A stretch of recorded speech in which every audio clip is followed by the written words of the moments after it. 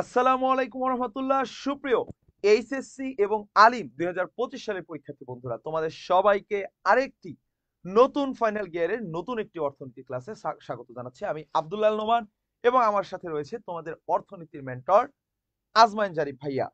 আজমাইন জারিফ ভাইয়া ঢাকা বিশ্ববিদ্যালয়ের আমার ব্যাচমেট, পাশাপাশি আজমান জারিফ ভাইয়া কিন্তু অফলাইনে বেশ কিছু কোচিং সেন্টারে দীর্ঘ বছর ধরে পড়াচ্ছে। ওনার কিন্তু অর্থনীতি বিষয়টিতে বেশ অনেকগুলো ব্যাচ পড়ানোর কারণে ভালো একটা অভিজ্ঞতা হয়েছে। আমরা চাই এই ফাইনাল গিয়ারের প্রত্যেকটি ম্যারাথন ক্লাসে তোমাকে আমরা অনেক বড় একটি অংশ একটা ক্লাসে শেষ করিয়ে দেব। আজকের ক্লাসে আজকের ক্লাসে স্যার আমরা কয়টি অধ্যায় শেষ করব? একটা অধ্যায়। একটি অধ্যায় আমরা অর্থনীতি প্রথম পত্রের প্রথম অধ্যায়টা শেষ জি, করবো আর কি। অর্থনীতির প্রথম পত্রের প্রথম অধ্যায়টা আজকে স্যার চেয়েছিল দুটো অধ্যায় শেষ করাতে। আমি জারিফ স্যারকে রিকোয়েস্ট করেছিলাম, স্যার আজকে যেহেতু ফার্স্ট ক্লাসটা ফার্স্ট ইন্ট্রোডিউসিং, আপনি জাস্ট একটা চ্যাপ্টার একটু একদিনে শেষ করেন। তোমরা তোমরা কিন্তু কখনোই একটা ক্লাসে একটা চ্যাপ্টার শেষ করে অভ্যস্ত না। আমরা নেক্সট ক্লাস থেকে একটা করে ক্লাসে একাধিক চ্যাপ্টার পড়াবো। তো তোমরা যারা ক্লাসটিতে যুক্ত হচ্ছ, তোমাদের সবাইকে আবারও স্বাগত জানাচ্ছি। ক্লাসটি ঝটপট শেয়ার করে দাও, সবাই ঝটপট ক্লাসটি শেয়ার করে দাও এবং তোমার ফ্রেন্ডদেরকে মেনশন করে জানিয়ে দাও যে অর্থনীতি ক্লাস শুরু হয়ে গেছে।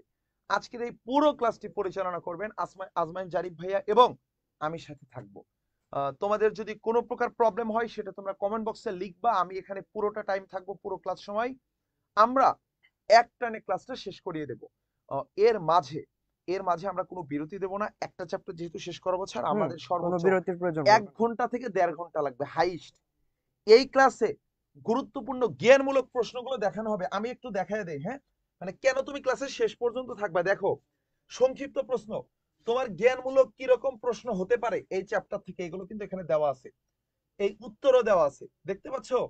এরপরে ভাইয়া তোমার প্রত্যেকটা কোশ্চেন অ্যান্সার এবং এখানে সৃজনশীল দেওয়া আছে। আজকে স্যার এই সৃজনশীলগুলো তোমাদেরকে সলভ করাবে। এই যে একটা সৃজনশীল কোশ্চেন দেওয়া আছে, পুরো চ্যাপ্টারটা পড়ানোর শেষে এই সৃজনশীলগুলো সলভ করানো হবে আজকে। তো সেই জন্য তোমরা কিন্তু শেষ পর্যন্ত থাকবা। তাহলে এই প্রত্যেকটা কোশ্চেন ভাইয়া আজকে আঁকিয়ে আঁকিয়ে দেখাবে কিভাবে এই কোশ্চেনগুলো অ্যান্সার করতে হবে। এখানে একটা সৃজনশীল, আরো কিছু প্রশ্ন আছে। তো আমি তোমাদেরকে রিকোয়েস্ট করব তোমরা সবাই ক্লাসের একদম শেষ পর্যন্ত থাকবা এবং কমেন্টে জানিয়ে দিবা ক্লাসটি তোমরা ঠিকভাবে বুঝতেছো কিনা। ফ্রেন্ডদেরকে মেনশন করে জানিয়ে দাও। আমরা কিন্তু ফাইনাল গিয়ার কোর্সটি শুরু করেছিলাম অনলি বাংলা ইংলিশ আইসিটির জন্য। আমরা কিন্তু গ্রুপ সাবজেক্টগুলো দিতে চাইনি, জানো। তোমরা অনেকেই আমাকে মেসেজ করেছো হোয়াটসঅ্যাপে, ভাইয়া আমাদের গ্রুপ সাবজেক্টগুলো দিলে অনেক ভালো হয়, পরিণীতি, অর্থনীতি, ইতিহাস, ভূগোল। ঠিক আছে, দেব। ক্লাস করবা তো? ওকে ভাইয়া, করব। ক্লাসগুলো দিচ্ছি। সবার প্রতি রিকোয়েস্ট থাকবে পুরো ক্লাস মনোযোগ দিয়ে থাকবা। অল্প সময় ক্লাস হবে আজকে। ফার্স্ট ক্লাস একটা চ্যাপ্টার শেষ করানো হবে। ঠিক আছে, আমি আর সময় নষ্ট করছি না স্যার, আপনি ক্লাসটি শুরু করতে পারেন। তো আসসালামু আলাইকুম প্রিয় শিক্ষার্থীরা, আজকে তোমাদের সাথে আমার প্রথম ক্লাস। তো আজকে আমরা আলোচনা করব অর্থনীতির প্রথম পত্রের প্রথম অধ্যায়, যার নাম মৌলিক অর্থনৈতিক সমস্যা এবং এর সমাধান। তো এই চ্যাপ্টার থেকে আমাদের প্রতি বছর প্রশ্ন না আসলেও মাঝে মাঝে কিন্তু প্রশ্ন হয়, এবং এই চ্যাপ্টার অন্যতম একটি গুরুত্বপূর্ণ চ্যাপ্টার তোমাদের জন্য বিশেষ করে। আর তোমরা তো, আমি বলি, তোমরা হচ্ছে সংক্ষিপ্ত সিলেবাস, তোমাদের আছে 1, 2, 3, 4 এবং নবম এবং দশম অধ্যায়। তো আশা করি খুব শীঘ্রই আমি তোমাদের এই অধ্যায়গুলো খুব দ্রুত কমপ্লিট করব এবং অবশ্যই তোমাদের A+ আমি নিশ্চিত করব। ঠিক আছে, তো চলুন আর কথা না বাড়িয়ে আমরা ক্লাসটি শুরু করি। তো দেখো, আমাদের অধ্যায়ের শুরুতেই আমরা অধ্যায়ের যে মূল কথাগুলো সেগুলো আগে দেখব। দেখো, প্রথমেই বলা হয়েছে অধ্যাপক মার্শালের মতে অর্থনীতি হলো কল্যাণের বিজ্ঞান। এল রবিন্সের মতে অর্থনীতি হলো দুষ্প্রাপ্যতার বিজ্ঞান। তার মতে মানব জীবনে সম্পদ সীমিত কিন্তু অভাব অসীম। এই কথার কিন্তু একটা গুরুত্বপূর্ণতা আছে, সেটা হলো আমাদের মানব জীবনে অভাব অসীম কিন্তু সেই তুলনায় সম্পদ সীমিত। আর এই জায়গায় হচ্ছে আমাদের মেইন ফ্যাক্টটা কাজ করে, যে আমাদের চাওয়া পাওয়া অনেক বেশি।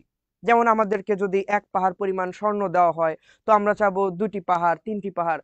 আমাদের অভাব কখনোই শেষ হবে না। কিন্তু সেই তুলনায় কি আমাদের পৃথিবীতে সম্পদ আছে? না, নেই।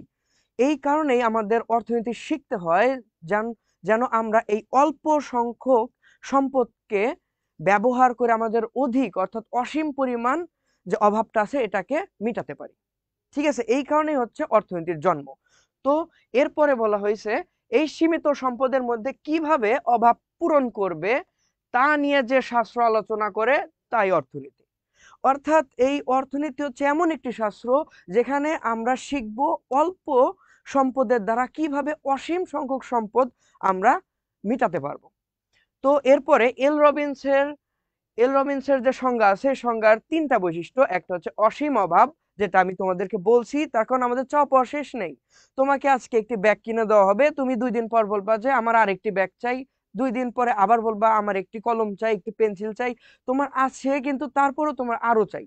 আমাদের একটি অভাব পূরণের সাথে সাথে যেন আরেকটি অভাব শুরু হয়। এই কারণেই আমাদের অভাব অসীম। দ্বিতীয়তে সম্পদ সীমিত। তুমি চাইলেই যদি সমস্ত সম্পদ পাইতা তাহলে কিন্তু তোমার কোনো কিছু কিনতে হতো না। কেন আমরা বাজার থেকে কেন কিনি?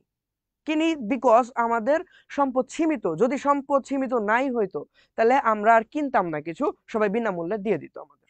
এই কারণে আমাদের সম্পদ কিন্তু সীমিত। তারপরে বলা হয়েছে সম্পদের বিকল্প ব্যবহার। সম্পদের বিকল্প ব্যবহার বলতে বোঝানো হচ্ছে আমরা যে নবায়নযোগ্য এবং অনবায়নযোগ্য যে সম্পদের কথা বলি এগুলো। অর্থাৎ কিছু কিছু সম্পদ আছে যেগুলো হচ্ছে নবায়নযোগ্য, যেগুলোকে আমরা দ্বিতীয়বার করে ব্যবহার করতে পারি। তো পরবর্তীতে আমরা শিখবো হচ্ছে দুষ্প্রাপ্যতা। দুষ্প্রাপ্যতা, দেখো মানুষের অভাব অসীম, সম্পদ সীমিত। এই সীমিত সম্পদ অনেক কষ্ট করে অর্জন করতে হয়, তাই একে দুষ্প্রাপ্যতা বলে। এখন কথা হলো, তোমার সম্পদ যদি অসীম হইতো তাহলে কি তুমি এগুলা কিনতা? তাহলে তো সম্পদের কোনো দুষ্প্রাপ্যতা আমরা দেখতে পাইতাম না। এখন দুষ্প্রাপ্যতা হচ্ছে সেই একটা জিনিস যে জিনিসের দ্বারা হচ্ছে সকল মানুষ হচ্ছে অনেক অনেক কষ্টের শিকার হচ্ছে। যেমন মানুষের অভাব অসীম কিন্তু সম্পদ সীমিত, আর এই সীমিত সম্পদ অনেক কষ্ট করে অর্জন করতে হয়। ভাইবা দেখো, যদি তোমার সম্পদ অফুরন্তই থাকতো আমাদের পৃথিবীতে তাহলে আমাদের কি কষ্ট করে অর্জন করতে হতো? যেমন রেজাল্টের কথাই ভাবো, একটা ভালো রেজাল্ট করতে হলে তোমাকে কিন্তু কষ্ট করতে হবে। তুমি যদি কষ্ট না করো একটা ভালো রেজাল্ট হবে না। ঠিক তোমার রেজাল্টটাও কিন্তু একটা সম্পদ। তো ওই রেজাল্ট যদি সম্পদ হয় তো আমাদের টাকা পয়সা বাড়ি গাড়ি এগুলোও তো সম্পদ। তো এই ক্ষেত্রে দেখা যাচ্ছে আমাদের রেজাল্টটা যেমন দুষ্প্রাপ্য ঠিক তেমনি আমাদের সম্পদটাও দুষ্প্রাপ্য, একই বিষয়। তো তাহলে সীমিত সম্পদ অনেক কষ্ট করে অর্জন করতে হয়, তার কারণ তুমি যদি হার্ড ওয়ার্ক না করো কোনো কিছুই অ্যাচিভ করতে পারবা না। তো এই এই যে কষ্ট করে অর্জন করতে হয় এটাই হচ্ছে দুষ্প্রাপ্যতা। অর্থাৎ প্রয়োজনের তুলনায় সম্পদের অভাবকে দুষ্প্রাপ্যতা বলে। এখন চয়েস ইজ ইয়োর্স। তুমি প্রথমটাও সংজ্ঞা হিসেবে দিতে পারো দুষ্প্রাপ্যতা, দ্বিতীয়টাও সংজ্ঞা হিসেবে ইউজ করতে পারো। আই থিঙ্ক তোমরা এই ছোট সংজ্ঞাকে ইউজ করবা বিকজ এটা ইউজ করা অনেক সহজ হবে। তাইলে আমরা ইউজ করব কি, প্রয়োজনের তুলনায় সম্পদের অভাবকেই দুষ্প্রাপ্যতা বলে। ওকে, দেখো এরপরে হচ্ছে অভাব, যে বস্তুগত অবস্তুগত দ্রব্য। এখন কথা আছে এর মধ্যে, বস্তুগত দ্রব্য তো আমি বুঝলাম যে বাড়ি গাড়ি এগুলো যেগুলো দেখতে পাচ্ছি, তাহলে অবস্তুগত সম্পদটা কি? অবস্তুগত সম্পদটা হচ্ছে যেগুলো হচ্ছে আমরা দেখতে পাই না, জাস্ট অনুভব করতে পারি। লাইক সেবা। এই যে আমরা হসপিটালে যাই, ডাক্তার এবং নার্স আমাদের কি দেয়? সেবা দেয়। তোমাদের যে অসুখ হয়, অসুখ যে ডাক্তাররা নিরাময় করে দেয়, এটা কি দেখা যায়? দেখা যায় না, জাস্ট আমরা অনুভব করতে পারি। তো এইরকমই আমরা ট্রেনের টিকিট কাটতে যাই, বাসের টিকিট কাটতে যাই, এই প্রতিটা জায়গায় যে সকল ব্যক্তিরা থাকে এরা কিন্তু আমাদেরকে সেবা প্রদান করে। এই সেবাটা এই সেবাটাকেই আমরা বলবো অবস্তুগত দ্রব্য। যেমন শিক্ষক, আমি, এই শিক্ষক বলো ডাক্তার বলো, এরাই হচ্ছে কারা? এরাই হচ্ছে সে সকল ব্যক্তি যারা অবস্তুগত সম্পদ আমাদেরকে দিয়ে থাকে। তো মানুষের প্রয়োজন মেটাতে পারে, তারপর ইচ্ছা বা আকাঙ্ক্ষার নাম অভাব। তাহলে আমরা যদি একসাথে বলি যে সব বস্তুগত ও অবস্তুগত দ্রব্য মানুষের প্রয়োজন মেটাতে পারে, তারপর ইচ্ছা বা আকাঙ্ক্ষার নাম অভাব। এখন তোমার অভাব, ধরো একটা বইয়ের কিংবা একটা ফোনের। তোমার ফোনের অভাব, তোমাকে যদি একটা বই কিনে দেওয়া হয় তোমার অভাব কি পূরণ হবে? না, হবে না। তার কারণ তোমার অভাবটা কিসের জন্য জাগছে? তোমার অভাব জাগছে ফোনের, কিন্তু তোমাকে দেওয়া হচ্ছে কি? বই। তাহলে কি তোমার অভাব কি পূরণ হচ্ছে? না, হচ্ছে না। এই কারণেই বলা হচ্ছে শুধুমাত্র বস্তুগত আর অবস্তুগত দ্রব্য হলেই হবে না, এটার আবার তোমার প্রয়োজন মেটানোর সক্ষমতা থাকতে হবে। যদি সক্ষমতাই না থাকে তাহলে সেটাকে আমরা অভাব বলবো না। তখন অভাব তখনই সৃষ্টি হয় যখন তোমার মনে সেটা পাওয়ার ইচ্ছা বা আকাঙ্ক্ষাটা জাগ্রত হয়। আশা করি তোমরা এই অভাবটা খুব সুন্দরভাবে লিখতে পারবে এরপরে। দেখো, অভাবের আবার কিছু বৈশিষ্ট্য আছে। একটা হচ্ছে অভাব অসীম। এটা বলার, নতুন করে বলার আই থিঙ্ক কিছু নাই। তো অভাব অসীম, বিশেষ অভাব সসীম হবে। তো বিশেষ অভাব সসীম। এখন মানুষের জীবনে কিছু কিছু বিশেষ অভাব আছে যেগুলো হচ্ছে সসীম টাইপের হয়। অসীম আর সসীম। অসীম বলতে যেটা হচ্ছে ইনফিনিট, মানে যেটা শেষ হয় না। আর সসীম বলতে যেটা শেষ হয়। এখন বিশেষ কিছু অভাব আছে যা শেষ হয়। যেমন তোমার ধরো, তুমি ফোন কিনলা কিংবা এসি লাগাইলা, একটা গাড়ির প্রয়োজন পড়লে, এটা কিন্তু সাময়িকভাবে তোমার অভাবকে পূরণ করতেছে। নাকি তুমি একটা গাড়ি কিংবা একটা ফোন কেনার এক একদিন পরেই বললো, বাবা আমাকে আর একটা ফোন কিনে দাও, এটা কিন্তু হয় না। অন্তত তুমি 1-2 মাস পরে তো বলবা। তো এই ধরনের যে বিশেষ কিছু কিছু বিলাসজাত পণ্যের যে অভাবগুলো আমরা পাই, এগুলো হচ্ছে বিশেষ অভাব, যেগুলো হচ্ছে সসীম হবে। ওকে। অভাব পরস্পরের পরিপূরক। এখন কিছু কিছু অভাব আছে, একটা অভাব দেখা দেওয়ার সাথে সাথে আরেকটা অভাব দেখা দেয়। কিরকম, এটা আমি তোমাকে একদম ক্লিয়ার ভাবে বুঝাই। ধরো, তুমি একটা বাইক কিনলা। আচ্ছা, বাইকের সাথে কি তোমার তেলের প্রয়োজন পড়ে না? অবশ্যই পড়ে। তুমি উইদাউট অয়েল, অর্থাৎ তুমি তেল ছাড়া কিভাবে বাইক চালাবে, এটা আগে বলো। পারবা না। এই কারণে তোমার একটা বাইক কিনলে তেলের প্রয়োজন পড়বে। তাহলে কি প্রথম অভাবটা আমার কিসের অভাব? বাইক বা মোটর সাইকেলের অভাব। এই মোটর সাইকেলের অভাব পূরণের সাথে সাথে যে অভাবটা তৈরি হবে, সেটাই হলো আমাদের তেলের অভাব। তার কারণ ওই তেলটা ছাড়া তোমার এই বাইকটা চলবে না। এই যে একটা আরেকটার উপরের যে নির্ভরশীলতা রয়েছে, এই নির্ভরশীলতাটাকেই আমরা বলবো পরিপূরক। আন্ডারস্ট্যান্ড? ওকে। এরপরে দেখো, অভাব বিকল্প। মাঝে মধ্যে আমরা একটি অভাবের বিকল্প জিনিস তৈরি করে ফেলি। যেমন আমাদের অনেকেই চা খেতে পছন্দ করি, কিন্তু হঠাৎ করে যদি চায়ের দাম বৃদ্ধি পায়, আমরা চায়ের বিকল্প হিসেবে কিন্তু কফি খেতে পারি। ঠিক আছে? তো সুতরাং চায়ের অভাব দেখার সাথে সাথে চায়ের যখন দাম বৃদ্ধি পাবে, তখন কিন্তু আমরা কফির দিকে ঝুঁকবো। এইভাবেই বিকল্প অভাবের সৃষ্টি হয়। অভাব প্রতিযোগিতামূলক। দেখো, তুমি আর তোমার ফ্রেন্ড আছো। ধরো তোমার ফ্রেন্ড একটা ভালো অথবা দামি একটা ফোন কিনেছে, কিন্তু তোমার নাই। এই জন্য তুমি ভাবতেছো, ও ও অনেক দামি একটা ফোন কিনেছে, তো ওর থেকেও আরো বেশি ভ্যালুয়েবল বা বেশি বেশি প্রাইসের একটি ফোন আমার দরকার। এই যে তুমি ওর সাথে প্রতিযোগিতায় নামছো, প্রতিযোগিতা করে ওর থেকে আরো বেটার কিছু চাইছো, এই জন্যই বলা হচ্ছে কি অভাব প্রতিযোগিতামূলক। মাঝে মধ্যে প্রতিযোগিতামূলক ভাবেও অভাবের সৃষ্টি হয়। তারপরে বলা হচ্ছে অভাব অনুকরণীয়। অনুকরণ, মানুষ কিন্তু অনেকে আছে অনুকরণ প্রিয়। এটা বলতে হয়, তোমাদের অনেক মানুষ আছে যারা হচ্ছে একে অপরকে দেখার পরে তাকে অনুকরণ করার চেষ্টা করে। তো অনুকরণের কারণেও কিন্তু অভাব সৃষ্টি হয়। যেমন তুমি দিব্যি একটি ব্যাগ অথবা একটি খাতা নিয়ে দিব্যি ভালো আছো, কিন্তু হঠাৎ করে তুমি তোমার একটি ফ্রেন্ডকে দেখলে তার খাতাটা অনেক সুন্দর কিংবা ব্যাগটা অনেক সুন্দর। তো তোমার মনে এটা জাগ্রত হলো যে তুমি এটা কিনবে, তোমার এটা দরকার। তুমি কিন্তু তাকে অনুকরণ করছো, মনে মনে কিন্তু তাকে অনুকরণ করছো। তো এই অনুকরণের ফলে তোমার যে একটা ব্যাগের চাহিদা বা একটা ব্যাগ, একটা খাতা, একটা খাতা যে পাওয়ার তোমার আকাঙ্ক্ষা মনের মধ্যে যে সৃষ্টিটা হইলো, এইটাই কিন্তু অভাব। ঠিক আছে? সুতরাং আমরা কিন্তু অনুকরণের মাধ্যমেও অভাবকে পেয়ে থাকি। তো এর পরবর্তীতে আমরা দেখব অভাবের শ্রেণীবিভাগ। অভাবের শ্রেণীবিভাগ তিনটি। একটা হচ্ছে প্রয়োজনীয় দ্রব্যের অভাব, একটা আরামপ্রদ, একটা বিলাসজাত। আমি যদি বলি প্রয়োজনীয় দ্রব্যের অভাব, প্রয়োজনীয় দ্রব্য কিরকম? প্রয়োজনীয় দ্রব্য হচ্ছে সেই সকল দ্রব্য যেগুলো হচ্ছে নিত্য প্রয়োজনীয়, লাইক না হইলে আমরা বাঁচবো না। যেমন চাল, ডাল, তেল, পেঁয়াজ, আদা, মরিচ, রসুন, এগুলো বলতে পারো। তো এই ধরনের দ্রব্যের অভাব আছে। আরামপ্রদ, তোমার প্রয়োজনীয় দ্রব্যের কোনো অভাব নেই, তোমার নিত্য প্রয়োজনীয় দ্রব্য অনেক আছে, কিন্তু তোমার আরামের প্রয়োজন এখন। যেমন তুমি একটা এসি লাগাইতে পারো, একটি গাড়ি কিনতে পারো। তো এগুলা হচ্ছে কেনার, অর্থাৎ বিলাসজাত দ্রব্য কেনার যে তোমার যে ভিতরে অভাবটা তৈরি হচ্ছে, এইটাকে আমরা বলবো আরামপ্রদ দ্রব্যের অভাব। আরেকটা বিলাসজাত।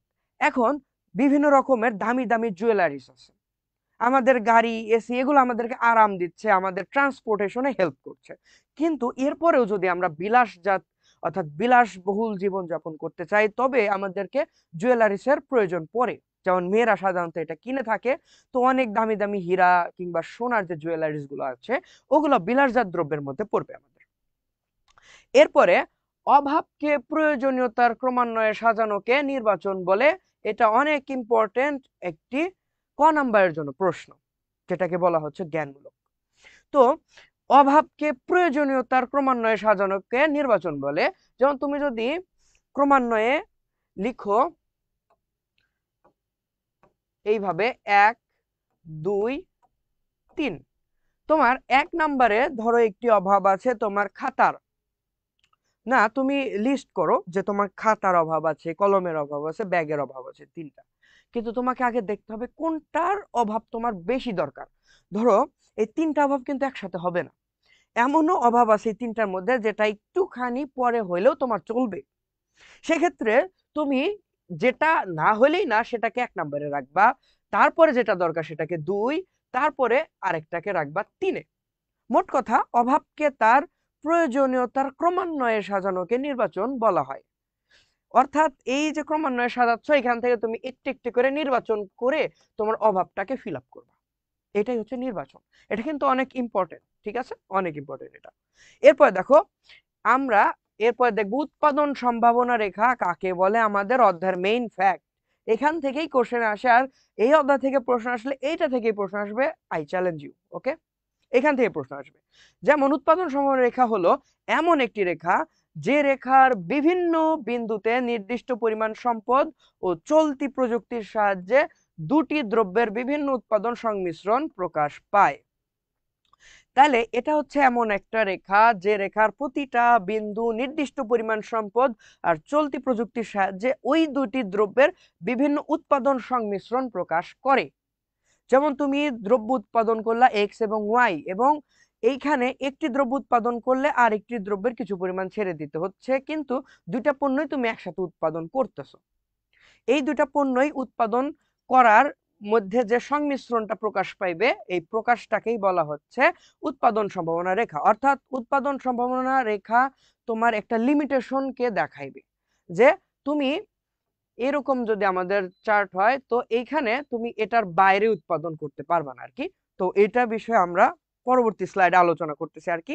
তোমরা উৎপাদন সম্ভাবনা রেখা কাকে বলে এইটা তোমরা চাইলে লিখে নিতে পারো, ঠিক আছে, বিকজ এটা ইম্পর্টেন্ট একটা জ্ঞানমূলক প্রশ্ন। এরপরে আমরা অভাবের শ্রেণীবিভাগ দেখো, এইখানে তোমাদের একটি চার্ট দেওয়া হয়েছে, এখানে এক্স দ্রব্য আর ওয়াই দ্রব্যের কথা বলছে। ভালো করে খেয়াল করবা, এক্স দ্রব্য যখন 0 তখন ওয়াই দ্রব্য কত, 15 একক। অর্থাৎ তোমার একটি জমি আছে, যে জমিতে তুমি উৎপাদন করতেছো এক্স আর ওয়াই দ্রব্য। তুমি যদি ওয়াই দ্রব্যকে 15 একক পরিমাণ উৎপাদন করো, তবে তোমার এক্স দ্রব্য আর উৎপাদন করার জায়গা থাকবে না, তখন এক্স দ্রব্য হয়ে যাবে 0। এক্স দ্রব্য অন হলে ওয়াই দ্রব্য হয়ে যাবে 14 বা 14। তারপরে এক্স দ্রব্য 2 হলে এটা হবে 12, এরপর এটা 3 হলে এটা 9, এটা 4 হলে এটা 5। কিন্তু লক্ষ্য করো এক্স দ্রব্য যখন 5 একক পরিমাণ উৎপাদন করে ফেললা, তখন ওয়াই দ্রব্য হয়ে যাবে 0। ঠিক একইভাবে আমরা প্রথম লাইন এবং দ্বিতীয় লাইন যদি খেয়াল করি, এখানে প্রথম লাইনে এক্স দ্রব্যের ক্ষেত্রে 0, দ্বিতীয় একদম শেষে বলা হচ্ছে ওয়াই দ্রব্য 0। এই দুইটা ক্ষেত্রে একটা উৎপাদন যদি সর্বোচ্চ করতে চাচ্ছি, আর একটা কি হয়ে যাচ্ছে 0। অর্থাৎ আমরা যদি এইটাকে সর্বোচ্চ উৎপাদন করতে চাই, এটা হয়ে যাচ্ছে 0, আর এইটা যদি সর্বোচ্চ করতে চাই, এটা হয়ে যাচ্ছে 0। এখন কথা হলো, তোমার ওয়াই দ্রব্য সর্বোচ্চ উৎপাদন করা যায় 15 একক এবং এক্স দ্রব্য উৎপাদন করা যায় 5 একক। এই ক্ষেত্রে বলা হচ্ছে যে একটা সর্বোচ্চ করলে আরেকটা সম্পূর্ণ ছেড়ে দিতে হচ্ছে। তো আসো এটার গ্রাফ যদি আমরা করি,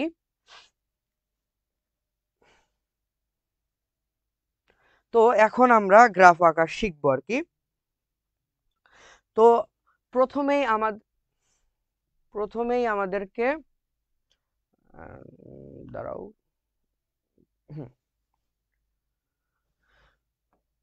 লম্ব অক্ষ দিতে হবে আর নিচে দিতে হবে ভূমি অক্ষ, ঠিক আছে।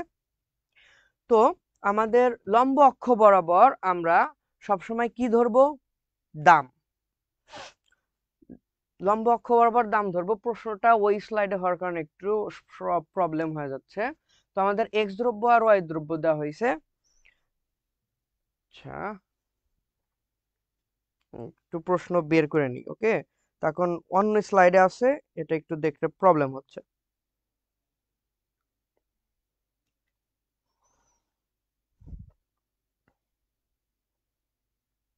হ্যাঁ, তো আমরা প্রথমে একটি লম্ব,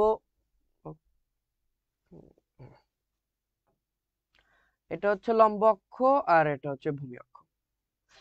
তো ভূমি অক্ষ বরাবর আমরা ধরে নেব এক্স দ্রব্য এবং লম্ব অক্ষ বরাবর আমরা ওয়াই দ্রব্য নির্দেশ করে নেব।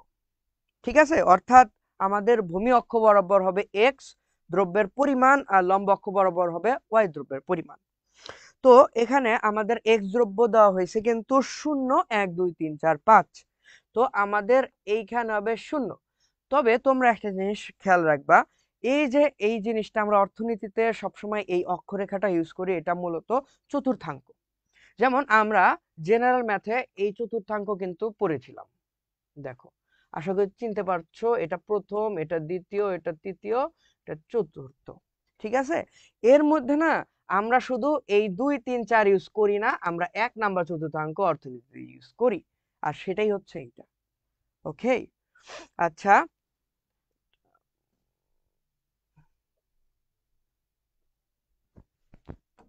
আচ্ছা, তো আমরা এখানে 0 ধরলাম, আমাদের কিন্তু এখন 5 পর্যন্ত ধরতে হবে। 1 2 3 4 5।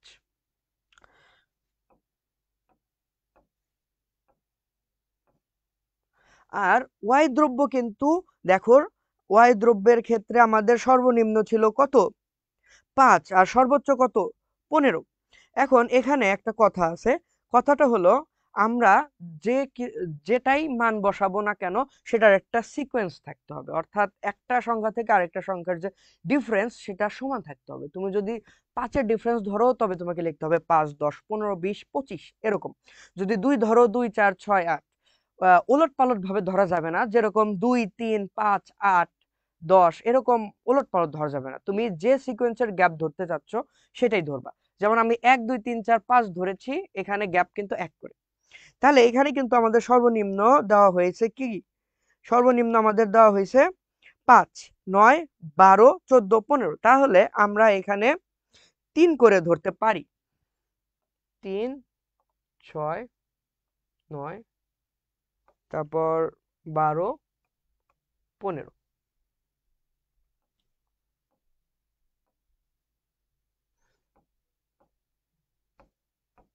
তো মানগুলা কিন্তু আমাদের বসানো কমপ্লিট। তো এখন এখানে লক্ষ্য করো, যখন আমাদের এক্স দ্রব্য 0 তখন ওয়াই দ্রব্য কত, ওয়াই দ্রব্য কিন্তু 15। তাহলে এক্স দ্রব্য যদি 0 হয়, ওয়াই দ্রব্য যদি 15 হয়, তাহলে কিন্তু এই 15 আর এখানে কত, 0, তাহলে আমাদের পয়েন্টটা কিন্তু এইখানে হয়, এইখানে।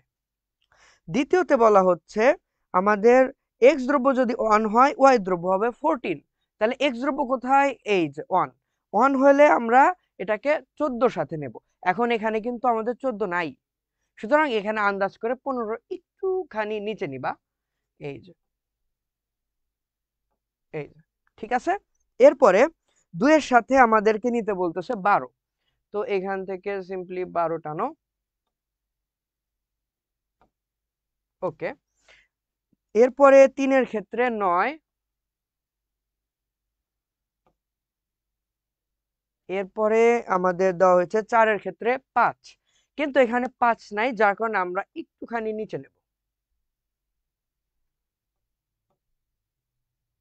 এরপরে আমাদেরকে বলা হচ্ছে 5 এর ক্ষেত্রে 0, তার মানে বিন্দুটা আসবে এইখানে। তাহলে এখানে আমরা যদি বিন্দুগুলোকে যোগ করি, দেখো সুন্দর একটি রেখা হয়ে গেল।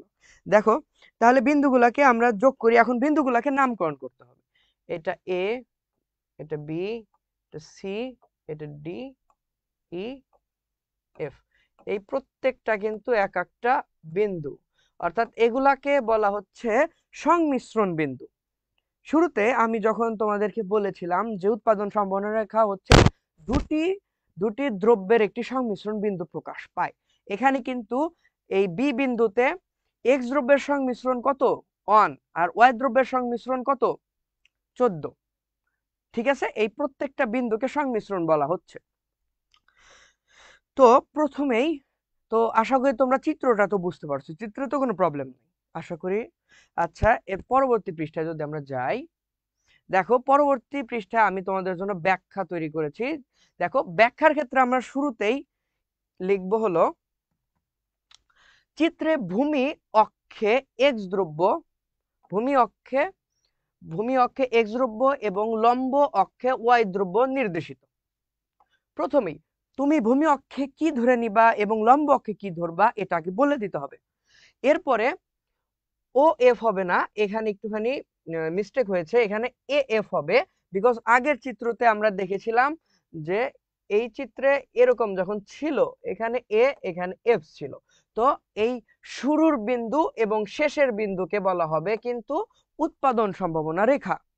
তো এ এফ হলো উৎপাদন সম্ভাবনা রেখা। প্রথমে এতটুক বলে একটি প্যারা তৈরি করবা।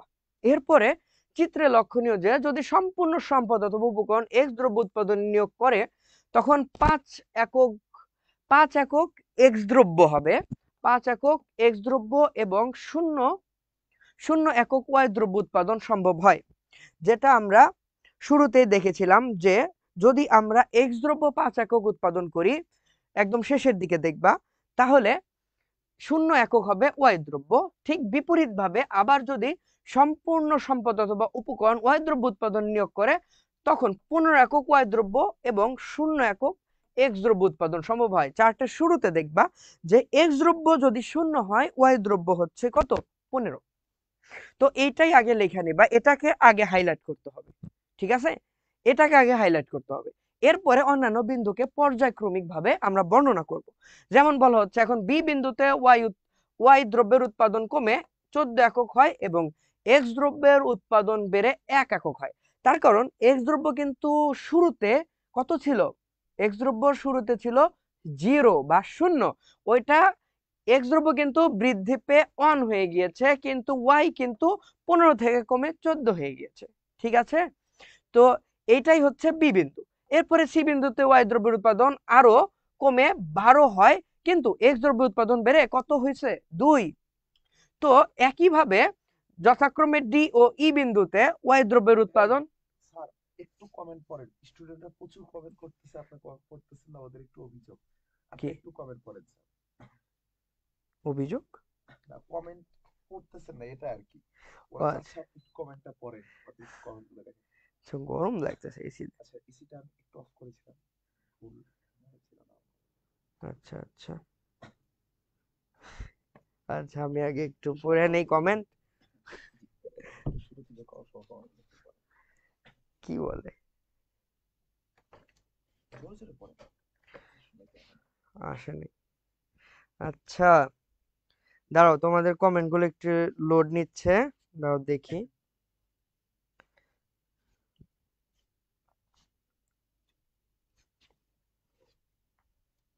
এই স্যার তো অনেক সুন্দর বুঝাচ্ছে রে, তোমরা তো ভালোই বুঝতেছো, আমি তোমাদের উপস্থিতিটা দেখতেছি এখানে বসে বসে।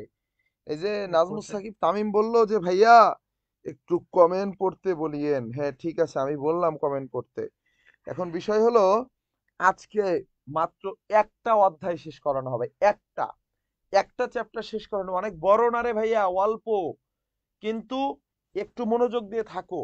যখন আমরা দেখব যে মানবিকের ক্লাস কেউ করে না, মানবিকের ক্লাস দিলে ছাত্ররা চলে যায়, স্টুডেন্টরা মনোযোগ দিয়ে ক্লাস করে না, তখন কিন্তু আমরা ডিমোটিভেট হই, আমরা সামনের ক্লাসগুলো দিতে আমাদের কষ্ট লাগে। আমরা শুরুতেও বলেছিলাম যে আমরা শুধু বাংলা ইংলিশ আইসিটি নিয়ে কাজ করব, আপনাদের দাবির প্রেক্ষিতে আমরা অর্থনীতি পরিনীতি ইতিহাস ভূগোলের সব ক্লাস দেব।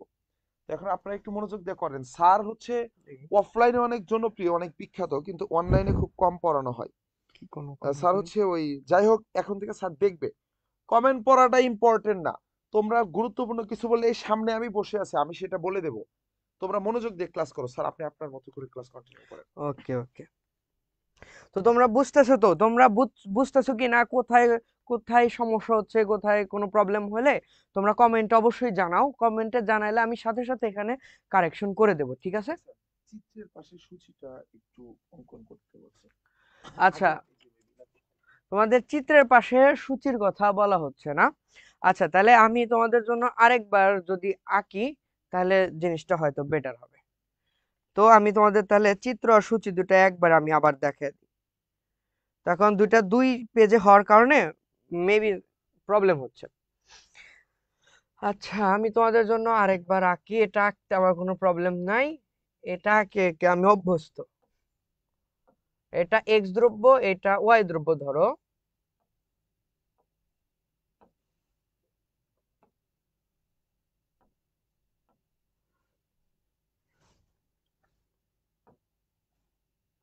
দেখো তোমাদের জন্য আগে সূচি আঁকি। 0 1 2 3 4 5 15 14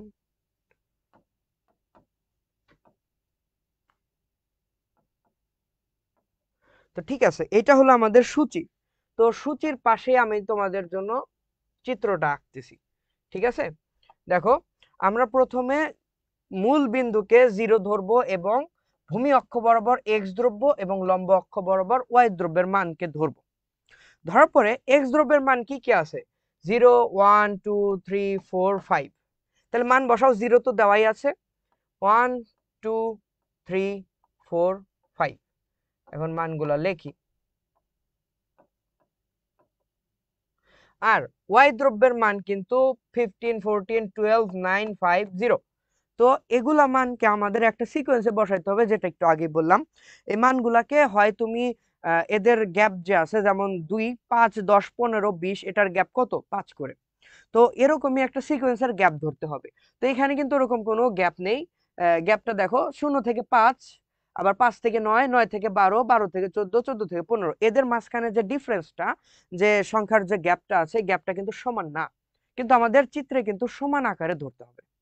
যেমন আমরা এখানে 3-এর একটি গ্যাপ ধরবো, যেমন 3, 3-এর 6, 7 8 9, 10 11 12, 13 14 15। ঠিক আছে? তাহলে 3 6 9 12 15।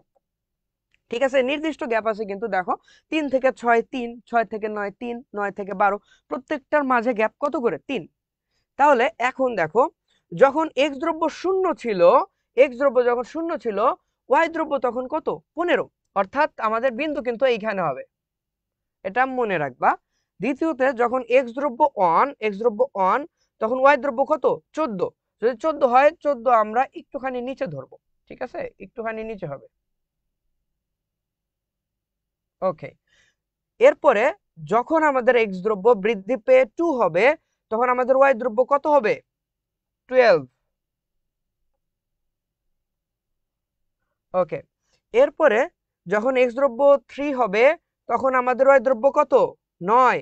তাহলে 3-এর সাথে আমাদেরকে 9 মিলাইতে হবে।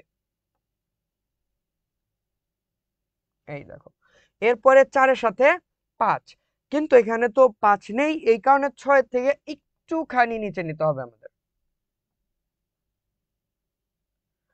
এরপরে আমাদের, এরপরে দেখো 5, অর্থাৎ এক্স দ্রব্য যখন 5, ওয়াই দ্রব্য তখন 0, অর্থাৎ বিন্দুটা হবে এইখানে। তাহলে এখন এই প্রতিটা বিন্দু, এই যে এইখানে একটি করে বিন্দু আছে কিন্তু, যেখানে এক্স আর ওয়াই দ্রব্য মিলিত হয়েছে, সেখানে কিন্তু একটি করে কি বিন্দু উৎপন্ন হয়েছে। তো এই বিন্দুগুলোকে আমাদেরকে কি করতে হবে? যোগ করতে হবে এইভাবে। শেষ। ঠিক আছে? তো এই প্রতিটা বিন্দুকে আমাদের নামকরণ করতে হবে। এটা এ, বি, সি, ডি, ই, শেষে এফ। তো এখন তোমাদের এখানে আমি একবার বর্ণনা ভালো করে বুঝিয়ে দেই, যেন তোমাদের কোনোদিন কোনো চিত্র বর্ণনা মুখস্থ করতে না হয়। ঠিক আছে? একটা ফর্মুলা আছে, সেটা হলো, শুরুতেই আমরা বলে নেব ভূমি অক্ষ বরাবর কি ধরেছো আর লম্ব অক্ষ বরাবর তুমি কি ধরেছো। ঠিক আছে? তো আমরা বলবো কি, ভূমি অক্ষ বরাবর এক্স দ্রব্য এবং লম্ব অক্ষ বরাবর ওয়াই দ্রব্য নির্দেশিত। এইখানে উৎপাদন সম্ভাবনা রেখা হচ্ছে এ আর এফ। এই এ আর এফ হচ্ছে উৎপাদন সম্ভাবনা রেখা, তার কারণ এই দুইটা হচ্ছে শেষ বিন্দু। ওকে, আবার লেখো না যে এটা হচ্ছে শেষ বিন্দু, এটা লেখা যাবে না, লিখতে হবে এ এবং এফ হচ্ছে উৎপাদন সম্ভাবনা রেখা। তো এরপরে আমাদের প্রথমেই এই এইটা আর এইটা বর্ণনা করে নিতে হবে, এই দুইটা। তার কারণ যখন এখানে এইভাবে বলবা, যখন ওয়াই দ্রব্যের উৎপাদন সর্বোচ্চ হয় তখন এক্স দ্রব্যের উৎপাদন একদমই নিঃশেষ হয়ে যায়। অর্থাৎ যখন ওয়াই দ্রব্যের উৎপাদন সর্বোচ্চ হয় তখন এক্স দ্রব্যের উৎপাদন কত? 0। ঠিক একইভাবে ওয়াই দ্রব্যের উৎপাদন যখন 0 তখন এক্স দ্রব্যের উৎপাদন কত? 5 একক। এটাকে তোমরা এইভাবেও বলতে পারো যে যদি সমস্ত সম্পদ কিংবা উপকরণ এক্স দ্রব্যে নিয়োজিত করা হয় তখন ওয়াই দ্রব্যের উৎপাদন হবে 0। ঠিক একইভাবে যদি সমস্ত সম্পদ এক্স দ্রব্যে নিয়োগ করা হয় তখন ওয়াই দ্রব্যের উৎপাদন হবে 0। এই দুইটাকে আগে বর্ণনা করার পরে এইগুলোকে ক্রমান্বয়ে বর্ণনা করতে হবে। কিভাবে? দেখো, এই 1 আর 14, এক্স দ্রব্য যখন 1, ওয়াই দ্রব্য তখন 14। এই 14 কে আমরা কি দ্বারা প্রকাশ করেছি? বি বিন্দু। যদি আমরা চারটাকে আরেকবার একটু সংস্কার করি তো আমরা কিন্তু এইভাবে লিখতে পারি, দেখো এক্স ওয়াই।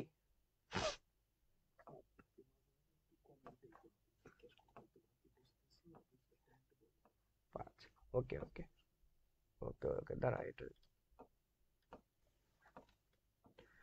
তো এইখানে আমরা এক্স আর ওয়াই দ্রব্যের মান বসাবো আর এটাকে বলা হবে সংমিশ্রণ বিন্দু। আচ্ছা, তোমরা কি বুঝতে পারতেছো? কেউ যদি কোনো কিছু না বুঝে থাকো তো এখনই কমেন্ট করো, এখনই আমি বুঝিয়ে দেব, তোমাদের জন্য প্রয়োজন পড়লে আবার রিপিট হবে। ঠিক আছে? কেউ যদি কোনো কিছু না বুঝো সেটা কমেন্টে জানাও, শীঘ্রই জানাও। দেখো, তাহলে আমরা এক্স দ্রব্যের মান 0, 1, 2, 3, 4, 5 বসালাম। এখানে 15, 14, 12, 9, 5, 0। তো এটার ক্ষেত্রে কিন্তু আমাদের বিন্দু ছিল এ, এরপরে বি, সি, ডি, ই আর এফ। দেখছো, শুরুতে কিন্তু আমরা যে বিন্দুটা বর্ণনা করছিলাম সেটা কিন্তু এইটা, এইটা আর এইটা। এরপরের বিন্দুগুলো যথাক্রমে বি, সি, ডি আর ই। এগুলোকে আমরা বর্ণনা করব কিভাবে? দেখো, বি বিন্দুর ক্ষেত্রে এক্স দ্রব্যের উৎপাদন বৃদ্ধি পেয়ে যখন অন হয়, অর্থাৎ আমাদের বি বিন্দুতে কিন্তু এক্স দ্রব্যের যে সংখ্যাটা আছে ওটা কিন্তু 0 থেকে 1 হয়। ঠিক আছে? যখনই এক্স দ্রব্যের উৎপাদন বেড়ে 1 হয়, ঠিক ওয়াই দ্রব্যের উৎপাদন কিন্তু কমে যায়। ঠিক আছে? কমে গেছে না? এখানে দেখো কমে গেছে 15 থেকে 14। তো এটাই আমরা লিখবো যে বি বিন্দুতে এক্স দ্রব্যের উৎপাদন বৃদ্ধি পেয়ে 1 হয় কিন্তু ওয়াই দ্রব্যের উৎপাদন হ্রাস পেয়ে 14 হয় বা 14।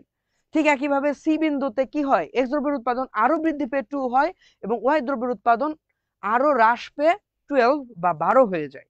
ঠিক একইভাবে ডি ও ই বিন্দুতে যথাক্রমে এক্স দ্রব্যের উৎপাদন বৃদ্ধি পায় 3 একক এবং 4 একক পরিমাণ। ঠিক আছে? কিন্তু ওয়াই দ্রব্যের উৎপাদন বা পরিমাণ বৃদ্ধি না হ্রাস পেয়ে হয় 9 একক ও 5 একক পরিমাণ। ঠিক আছে? তো এইটা হলো সংমিশ্রণ বিন্দু আর এটা হলো তোমাদের চার্ট। তো এইভাবে তোমরা আঁকাবা। কেউ কি আঁকানো বুঝতে পেরেছো? কিভাবে আঁকাবা কিংবা কিভাবে বর্ণনা করবা? একটু সবাই কমেন্টে দ্রুত বলে দাও। সবাই দ্রুত কমেন্টে বলো। যদি কোথাও কোনো প্রবলেম হয় আমি আবার দেখাবো।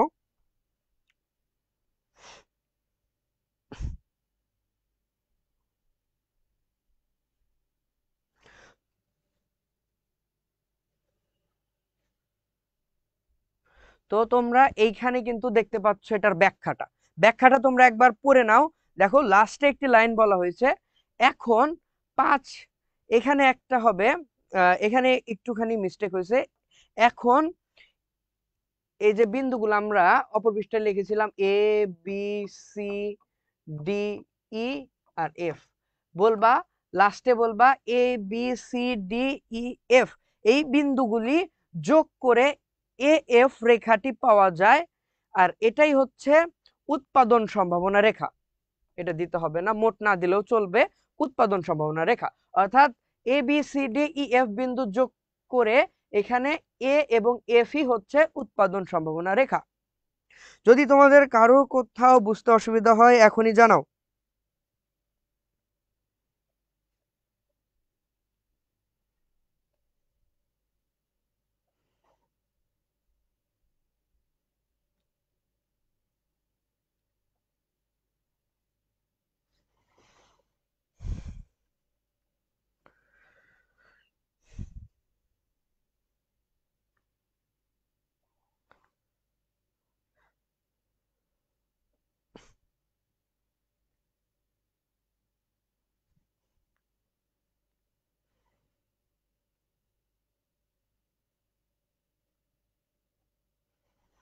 আচ্ছা, সূচি ও চার্ট বুঝতে পারছি, চিত্র রিপিট প্লিজ। সূচি ও চার্ট বুঝতে পেরেছো, কিন্তু চিত্র রিপিট করতে বলছো। আচ্ছা আচ্ছা, ঠিক আছে স্যার, প্রবলেম নেই।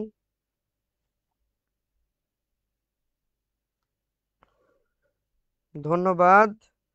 আলহামদুলিল্লাহ, বুঝতে পারছি ভাইয়া। ঠিক আছে ঠিক আছে, তাহলে আমরা কি পরবর্তী টপিকের দিকে এগিয়ে যাব? কমেন্টে জানাও, তাহলে আমরা দ্রুত পরবর্তী টপিকে এগিয়ে যাব।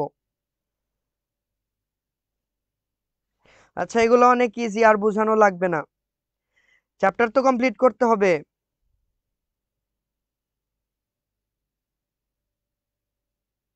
হ্যাঁ হ্যাঁ, আজকে একটা চ্যাপ্টারই হবে, নেক্সট দিন থেকে আরো বেশি করে পড়ানো হবে।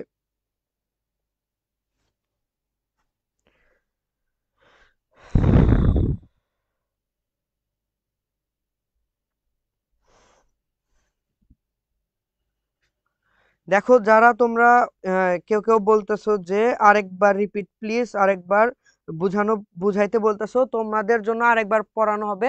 আমরা সৃজনশীলে আসলে জিনিসটা আরেকটু ক্লিয়ার করে দেব, ঠিক আছে? সৃজনশীলে আমরা আরো আরো অনেক চিত্র করব, ঠিক আছে? দেখো, এখানে আমরা এগিয়ে যাই। এখানে এই বৈশিষ্ট্যগুলো হচ্ছে উৎপাদন সম্ভাবনা রেখার বৈশিষ্ট্য। এই বৈশিষ্ট্যের 1 নম্বরে এই রেখাটি কি? বাম। এই রেখাটি হলো তোমার বাম থেকে বাম দিক থেকে ডান দিকে কি? নিম্নগামী। যেমন রেখাটা যখন এঁকেছিলাম তখন এটা হচ্ছে হাতের বাম দিক থেকে ডান দিকে কি? নিম্নগামী। এই রেখাটি মূল বিন্দুর দিকে অবতল, অর্থাৎ মূল বিন্দু এই দিকে অবতল। এ রেখার বাহিরে উৎপাদন সম্ভব নয়। তুমি যে রেখাটা আঁকছো এটার বাইরের কোনো বিন্দুতে তুমি উৎপাদন করতে পারবা না। এটার একমাত্র কারণ হচ্ছে তোমার সম্পদ সীমিত। ঠিক আছে, সম্পদ সীমিত। তখন তোমার সম্পদ আছে এটুকের মধ্যে, তুমি সম্পদের বাইরে কিভাবে উৎপাদন করবা? বিকজ সম্পদ সীমিত। ওকে, এরপর দেখো, এই রেখার ভিতরে উৎপাদন করলে সম্পদের কাম্য ব্যবহার হয় না। বিকজ তোমার সম্পদ আছে এতটুকু, এতটুকু পরিমাণ সম্পদ আছে, কিন্তু তুমি যদি এইখানে উৎপাদন করো তাহলে কিন্তু হবে না। তাহলে কি সৃষ্টি হবে? বেকারত্ব। বিকজ তোমার যতটুকু আল্লাহ তাআলা দিয়েছেন তুমি ততটুকু ব্যবহার না করে যদি তার থেকে কম করো, যদি হার্ড ওয়ার্ক কম করো, তাহলে তোমার বেকারত্ব সৃষ্টি হবে। ঠিক যেমন পড়াশোনার ক্ষেত্রে, তুমি যদি হার্ড ওয়ার্ক না করো, জীবনের শেষে গিয়ে তোমাকে কিন্তু স্ট্রাগল করতে হবে। তো এরকম ভাবে উৎপাদন সম্ভাবনা রেখাও এরকম।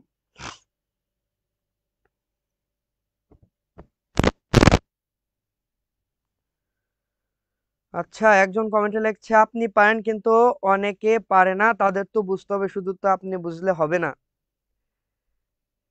এই তোমরা সবাই বুঝতে পারবা, সবাই বুঝতে পারবা। সৃজনশীল করলে সবাই 3টা সৃজনশীল আছে, 3টা সৃজনশীল আবার রিপিট হবে, তো টেনশনের কোনো কারণ নেই।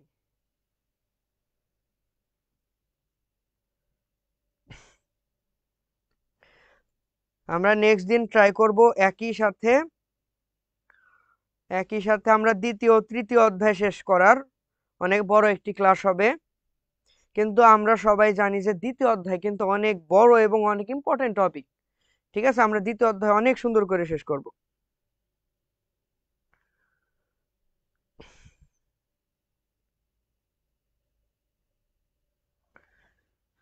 আচ্ছা, একজন বলেছে প্রথম পত্র সাজেশন কয়েকটি অধ্যায়ে দিবেন ভাই। এখানে তোমাদের প্রথম পত্রের ক্ষেত্রে 6টা অধ্যায় আছে। এখানে যদি আমি বলি মাস্ট পড়তেই হবে এরকম একটা অধ্যায় হচ্ছে দ্বিতীয় অধ্যায়। দ্বিতীয় অধ্যায় পড়তেই হবে। দ্বিতীয় অধ্যায়ের পাশাপাশি তোমাকে কি চতুর্থ অধ্যায় আর দশম অধ্যায় পারতেই হবে। এই 3টা অধ্যায় থেকে কমপক্ষে তুমি 5টা সৃজনশীল পাইবা। ওকে,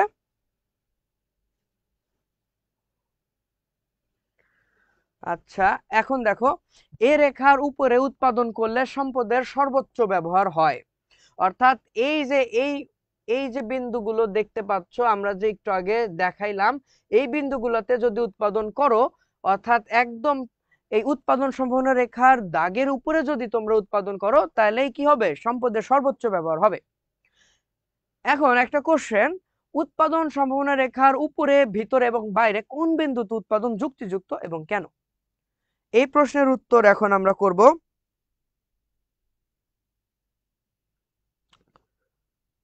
আচ্ছা আচ্ছা, চিত্রগুলো আরো ভালো করে বুঝাবো। আচ্ছা ঠিক আছে।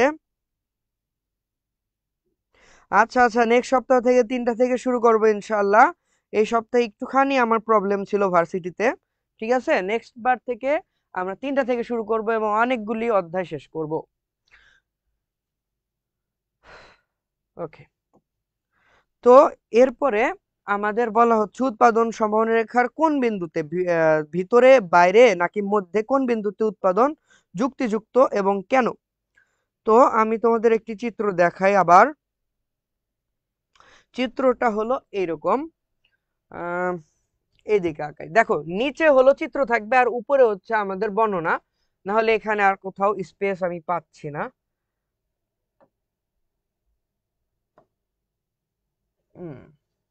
ধরো এইটা হলো চিত্র, এটা এ, এটা বি, এটা এক্স অক্ষ, এটা ওয়াই অক্ষ, এটা হচ্ছে 0, এটা একটা বিন্দু ই, এটা একটা বিন্দু এফ, আর এইখানে একটা বিন্দু জি, 3টা বিন্দু। তো দেখো, উৎপাদন চিত্রের জি বিন্দু এ বি উৎপাদন সম্ভাবনা রেখা এ, এখানে চিত্রের জি বিন্দু এ বি উৎপাদন সম্ভাবনা রেখার বাইরে অবস্থিত। মূলত কি, এখানে যে জি বিন্দুর কথা বলা হচ্ছে, এই যে জি বিন্দু, এই জি বিন্দুটা কি, এ বি উৎপাদন সম্ভাবনা রেখা। আগেই বলেছি যে সার্কেলটা আছে, এটা কি বলা হবে, কি, উৎপাদন সম্ভাবনা রেখা। তো এই উৎপাদন সম্ভাবনা রেখার বাইরে কিন্তু জি বিন্দু রয়েছে। এখন আমরা জানি সম্পদের সীমাবদ্ধতার কারণে উৎপাদন সম্ভাবনা রেখার বাইরে কোনো বিন্দুতে উৎপাদন সম্ভব নয়। এই কথাটা নোট করে রাখবা যে আমরা জানি, এই দেখো, আমরা জানি সম্পদের সীমাবদ্ধতার কারণে উৎপাদন সম্ভাবনা রেখার বাইরে কোনো বিন্দুতে উৎপাদন সম্ভব নয়। তার কারণ তোমার সম্পদ আছে এতটুকু, তুমি কখনোই এখানে উৎপাদন করতে পারবা না। ঠিক আছে, সম্ভাবনা রেখার বাইরে উৎপাদন কখনোই পসিবল না। কিসের কারণে? এই একটা কারণ, এই যে শুধুমাত্র এই লাইনটা। ঠিক আছে, যদি সৃজনশীলে এরকম জি বিন্দু অর্থাৎ সম্ভাবনা রেখার বাইরের কোনো বিন্দুর কথা বলে, তবে এই লাইনটা উঠা দিবা। ঠিক আছে, সবাই নোট করে ফেলো। এরপরে আমরা যদি ই বিন্দুর কথায় আসি, ই বিন্দুটা হলো উৎপাদন সম্ভাবনা রেখার ভিতরে অবস্থিত একটি বিন্দু। আমরা জানি উৎপাদন সম্ভাবনা রেখার ভিতরে কোনো বিন্দুতে উৎপাদন করলে, দেখো আমরা জানি উৎপাদন সম্ভাবনা রেখার ভিতরে কোনো বিন্দুতে উৎপাদন করলে সম্পদের কাম্য ব্যবহার হয় না। কেন হয় না? এখানে একটা কথা বলবা, কাম্য ব্যবহার হয় না এবং বেকারত্বের সৃষ্টি হয়। তার কারণ তোমার সম্পদ আছে এই পরিমাণ, ধরো তোমার সম্পদ আছে 20 একর, 20 একর জমি আছে তোমার, কিন্তু তুমি 20 একর জমিতে 10 একরেই উৎপাদন করো, এটা কি হবে? তুমি তো 10 একর ইউজ করছো না, অর্থাৎ জমিকে পতিত অবস্থায় রেখে দিচ্ছ। তাহলে যে 10 একর জমি তুমি নষ্ট করতেছো, সেটার কারণে তোমার বেকারত্বের সৃষ্টি হবে আর তোমার সম্পদের কাম্য ব্যবহার হবে না। এই কারণে ই বিন্দুতেও উৎপাদন যুক্তিযুক্ত নয় এবং জি বিন্দুতেও নয়। সুতরাং আমরা উৎপাদন করব কোথায়? এফ বিন্দুতে। তার কারণ এফ বিন্দু হচ্ছে উৎপাদন সম্ভাবনা রেখার উপরে অবস্থিত এবং আমরা জানি কি, উৎপাদন উৎপাদন হবে উৎপাদন সম্ভাবনা রেখার উপরের কোন বিন্দুতে সম্পদের সম্পূর্ণ ব্যবহার নির্দেশ করে।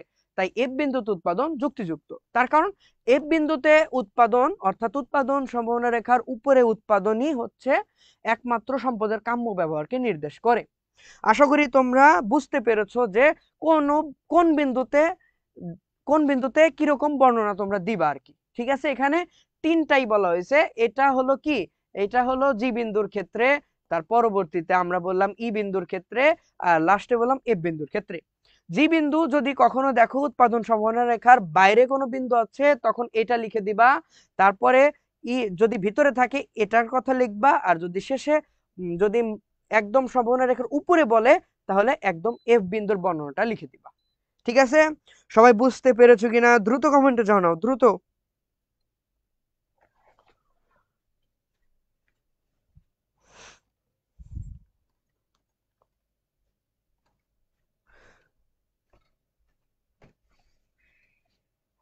তোমরা প্রথম অধ্যায় আজকে শেষ করো, নেক্সট টাইম থেকে আমরা দ্বিতীয় অধ্যায় অত্যন্ত ভালোভাবে পড়বো। খুবই ইজি একটি চ্যাপ্টার দ্বিতীয় অধ্যায়, এটা আমরা একটি ক্লাসের মধ্যেই কভার করে ফেলবো, কোনো সমস্যা নেই।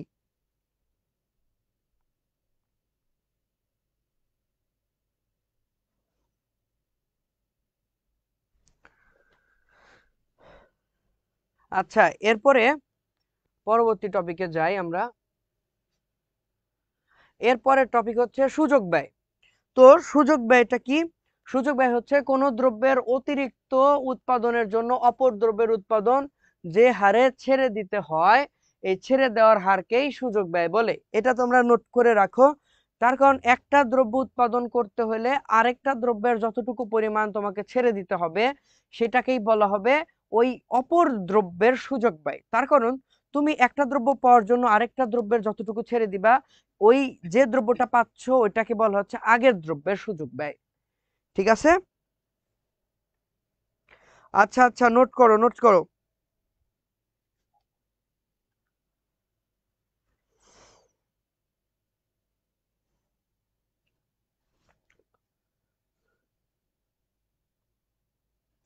ক্লাস আমরা 1 থেকে 1.5 ঘন্টার মধ্যে কভার করার চেষ্টা করব। তার কারণ তোমাদের যদি আরো সময় লাগে বা প্রয়োজন পড়ে, যদি কেউ বুঝতে না পারো তো এক্সট্রা আরো কিছু সময় দেওয়া হবে আর কি।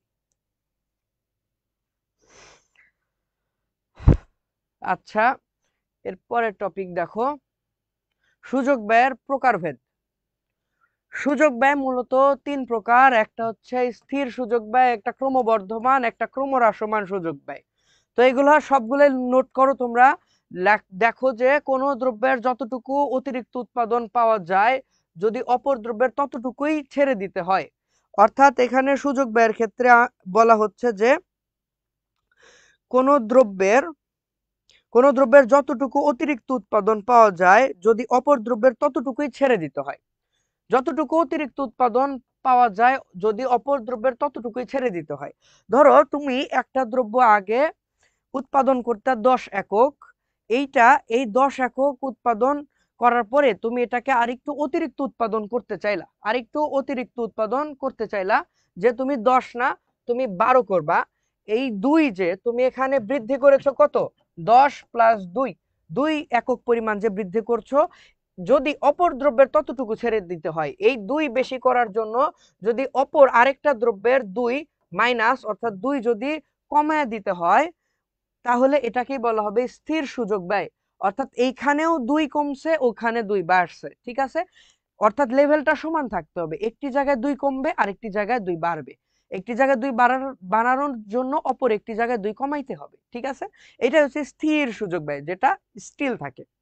এরপর হচ্ছে কোন দ্রব্যের যতটুকু অতিরিক্ত উৎপাদন করা হয় যদি অপর দ্রব্যের উৎপাদন ছেড়ে দেওয়ার যে হার এর চেয়ে বেশি হয় তবে তাকে ক্রমবর্ধমান সুযোগ ব্যয় বলে। ধরো তুমি এখানে 2 একক না, তুমি 10 এককের পরিবর্তে এবার চাইতেছো তুমি 10 প্লাস 3 অর্থাৎ 3 একক পরিমাণ উৎপাদন বৃদ্ধি করতে চাচ্ছ। কিন্তু এর ফলে যদি অপর দ্রব্যের, এই যে বলা হয়েছে কি অপর দ্রব্যের উৎপাদন ছেড়ে দেওয়ার হার এর চেয়ে বেশি হয়, তাহলে অপর দ্রব্যে তুমি 3 একক চাইতেছো কিন্তু অপর দ্রব্য যদি তোমার 5 একক পরিমাণ যদি ছেড়ে দিতে হয়, মানে এটা 3 বাড়াইতে হলে তোমাকে অতিরিক্ত 5 ছেড়ে দিতে হচ্ছে, তাহলে এটাকে বলা হবে ক্রমবর্ধমান সুযোগ ব্যয়।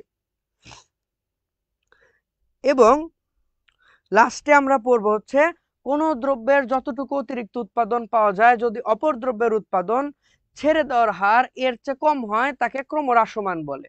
ধরো তুমি 3 বৃদ্ধি করার জন্য তুমি আর অপর দ্রব্যের যদি 1 একক পরিমাণ ছেড়ে দিতে হয়, অর্থাৎ বৃদ্ধি করতে চাচ্ছ 3, কিন্তু অপর দ্রব্য ছেড়ে দিতে হচ্ছে কত, 1 করে, অর্থাৎ কম করে ছেড়ে দিতে হচ্ছে, সেটাকেই বলা হবে ক্রমহ্রাসমান সূচক ব্যয়। সূচক ব্যয় বুঝতে পেরেছো কিনা দ্রুত কমেন্টে জানাও।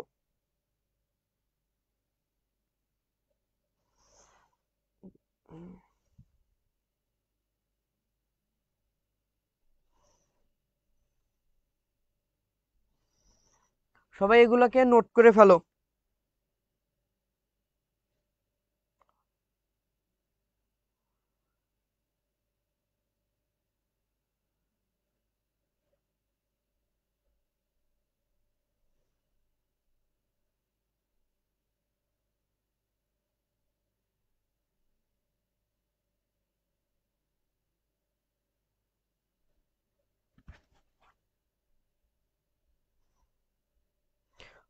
ওকে ওকে, সবার ক্লিয়ার? আচ্ছা ঠিক আছে, আমরা পরবর্তী টপিকের দিকে অগ্রসর হই। দেখো, এর পরবর্তীতে আমরা আসবো মৌলিক অর্থনৈতিক সমস্যার দিকে। আচ্ছা দেখো, মৌলিক অর্থনৈতিক সমস্যা, মানুষের জীবনে অভাব অসীম, যেটা তোমাদেরকে আগেই বলেছি, এবং সম্পদ সীমিত, এটা আমরা জানি। সম্পদ সীমিত, এই সীমিত সম্পদ দ্বারা অসীম অভাব পূরণ করতে যে সকল সমস্যা সৃষ্টি হয় তাকেই মৌলিক অর্থনৈতিক সমস্যা বলে। অর্থাৎ তুমি যে এই অল্প সংখ্যক সম্পদ দ্বারা অধিক সংখ্যক যে অভাবটাকে পূরণ করবা, কিভাবে একটি প্ল্যান্ড ওয়েতে যে তুমি সমস্যার সমাধানটা করবা, এই প্রক্রিয়াকেই, এই যে অসীম অভাব পূরণ করতে যে সকল সমস্যা সৃষ্টি হচ্ছে তাকেই হচ্ছে মৌলিক অর্থনৈতিক সমস্যা বলে, অর্থাৎ চ্যালেঞ্জ। তোমার এই অভাবগুলোকে পূরণ করার যে চ্যালেঞ্জটা আছে, এই চ্যালেঞ্জটাকেই বলা হচ্ছে মৌলিক অর্থনৈতিক সমস্যা। আধুনিক অর্থনীতির জনক P.S. স্যামুয়েলসনের মতে মানব জীবনে মৌলিক অর্থনীতির সমস্যা 3টি। একটা হচ্ছে কি বা কোন দ্রব্য উৎপাদন করা হবে, মানে কি দ্রব্য উৎপাদন করবা তুমি বাজারে। তারপরে কিভাবে বা কোন পদ্ধতিতে উৎপাদন করবা, মেশিন দিয়ে নাকি হাত দিয়ে। তৃতীয়তে বলা হচ্ছে কার জন্য, এখানে তৃতীয়তে বলা হচ্ছে কার জন্য উৎপাদন করবা, অবশ্যই ভোক্তার জন্য উৎপাদন করবা, ভোক্তা। কিন্তু এখানে 4 নাম্বারটা কি, 4 নাম্বারটা হচ্ছে আধুনিক ক্ষেত্রে একটি অ্যাড করা হয়েছে, এটা হচ্ছে সম্পদ দক্ষভাবে ব্যবহার হচ্ছে কিনা। ঠিক আছে, এটা নতুন অ্যাড করা হয়েছে, এটা হলো তোমার সম্পদ তুমি ব্যবহার তো করতেছো কিন্তু দক্ষতার সাথে ব্যবহার করতে পারছো কিনা, সম্পদ কোথাও নষ্ট হচ্ছে কিনা, এইটা তোমাকে দেখতে হবে। সুতরাং এই জিনিসটা মনে রাখবা, মৌলিক অর্থনৈতিক সমস্যা কাকে বলে, এই সংজ্ঞাটা কিন্তু পরীক্ষায় দিয়ে দেয়। ঠিক আছে, তোমরা এক অধ্যায়কে কখনোই ইগনোর করবা না, তোমার এক অধ্যায় থেকে কিন্তু ক খ আসতেই পারে। ঠিক আছে, কোনো সমস্যা হলে জানাও কমেন্টে। এইখান থেকে ক খার এমসিকিউ গুলো আসতে পারে বলে দিন। শোনো আমি বলি, এখানে যতগুলি সংজ্ঞা পড়ানো হচ্ছে এগুলো সবগুলোই ইম্পর্টেন্ট, বিকজ নোমান ভাইয়া তোমাদেরকে বলে দিয়েছে যে আজকে আমরা যে যে টপিকই পড়বো সবগুলোই কিন্তু পরীক্ষায় আসার উপযোগী। এই কারণে কিন্তু ম্যারাথন ক্লাসটা দেওয়া, তার কারণ ম্যারাথন ক্লাসে সম্পূর্ণ বই কিন্তু আমাদের কাভার করতে হয় না, শুধু মূল টপিক, যে টপিকগুলো না পড়লে আমরা A+ তুলতে পারবো না, এগুলোই কিন্তু পড়তে হয়। ঠিক আছে, তো আমরা এগুলোই পড়বো, যা যা পড়ানো হচ্ছে সবগুলো ইম্পর্টেন্ট, সুতরাং ক্লাস কিছুতেই স্কিপ করবা না। ওকে, আচ্ছা।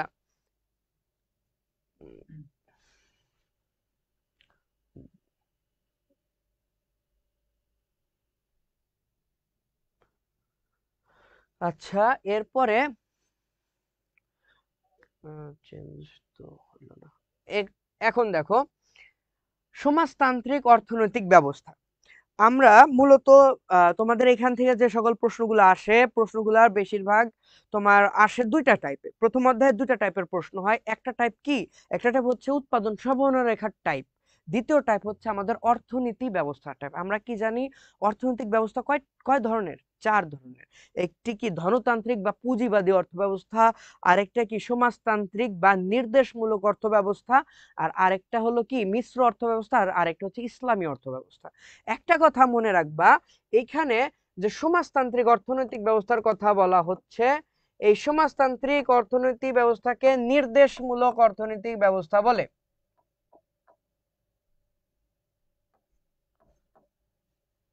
ঠিক আছে, এই নির্দেশমূলককেই বলা হয় কি সমাজতান্ত্রিক।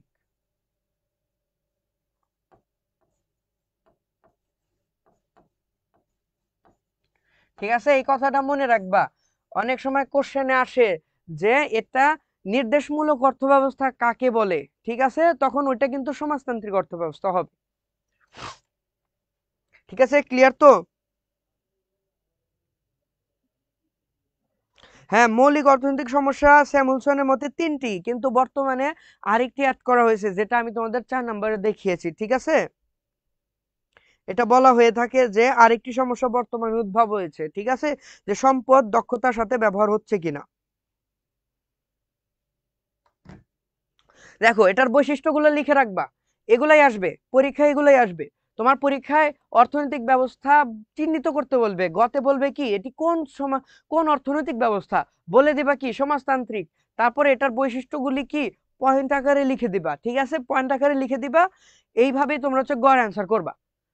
বৈশিষ্ট্য কি, সম্পদের মালিকানা রাষ্ট্র এর। এখানে কথা আছে তোমার, এই সমাজতান্ত্রিক অর্থব্যবস্থায় রাষ্ট্রকে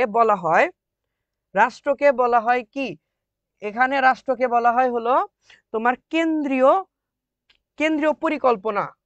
ঠিক আছে, যদি কখনো তোমাদের প্রশ্নে আসে যে কেন্দ্রীয় পরিকল্পনা দ্বারা নির্দেশিত, যে কেন্দ্রীয় পরিকল্পনা,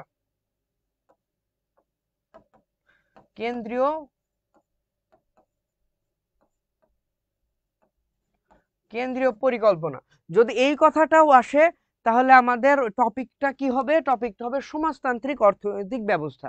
ঠিক আছে, এই জিনিসটা অবশ্যই মাথায় রাখবা যে কেন্দ্রীয় পরিকল্পনা বললেই সমাজতান্ত্রিক অর্থ ব্যবস্থা হবে বা নির্দেশমূলক। এরপর হচ্ছে অসামাজিক না সামাজিক কল্যাণ হবে, এটা একটু ভুল হয়েছে। তো সামাজিক কল্যাণ, শোষণহীন সমাজ, ভোক্তার ও উৎপাদকের সার্বভৌমত্ব নেই।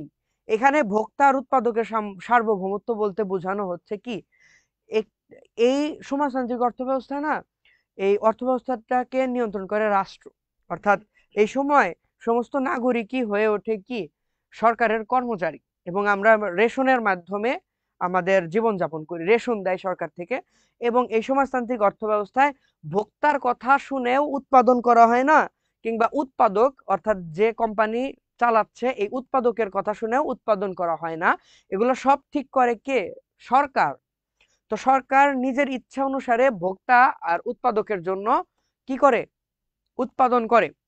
সম্পদ সুষমভাবে বন্টন হয়, কোনো বৈষম্য হয় না সমাজতান্ত্রিক অর্থ ব্যবস্থায়, যে কাউকে দিল হচ্ছে 10%, কাউকে দিবে 8%, এরকম হবে না।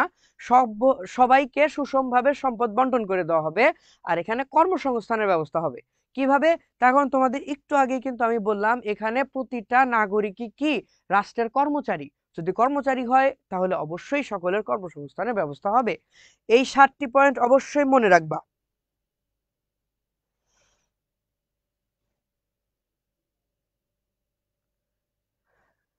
দেখো ভাইয়া, নতুনটা বা 4 নংটা কে আবিষ্কার করেছে, কারণ স্যামুয়েলসন তো মারা গেছে, তাহলে এটা তো তার মতে না হলে এটা অ্যাড কেন হলো।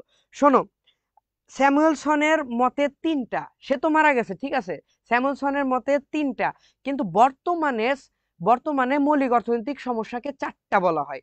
এটা বলি নাই যে স্যামুয়েলসনের মতে 4টা, আমি 4 নাম্বারটা অ্যাড করে দিছি যে বর্তমানে আরেকটাকে সমস্যা বলা হচ্ছে। লাইক স্যামুয়েলসন 3টা বলে গেছে, আমাদের বর্তমানের বিজ্ঞানীগণ অর্থনীতিবিদগণ আরেকটাকে অ্যাড করে দিছে স্যামুয়েলসনের সাথে।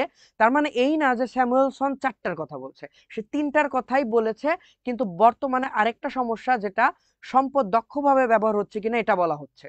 এই কারণে এখন মৌলিক অর্থনৈতিক সমস্যাকে 4টা বলা হয়, কিন্তু স্যামুয়েলসন 3টা বলে গিয়েছিলেন, ওটার সাথে আমরা একটি অ্যাড করে দিয়েছি।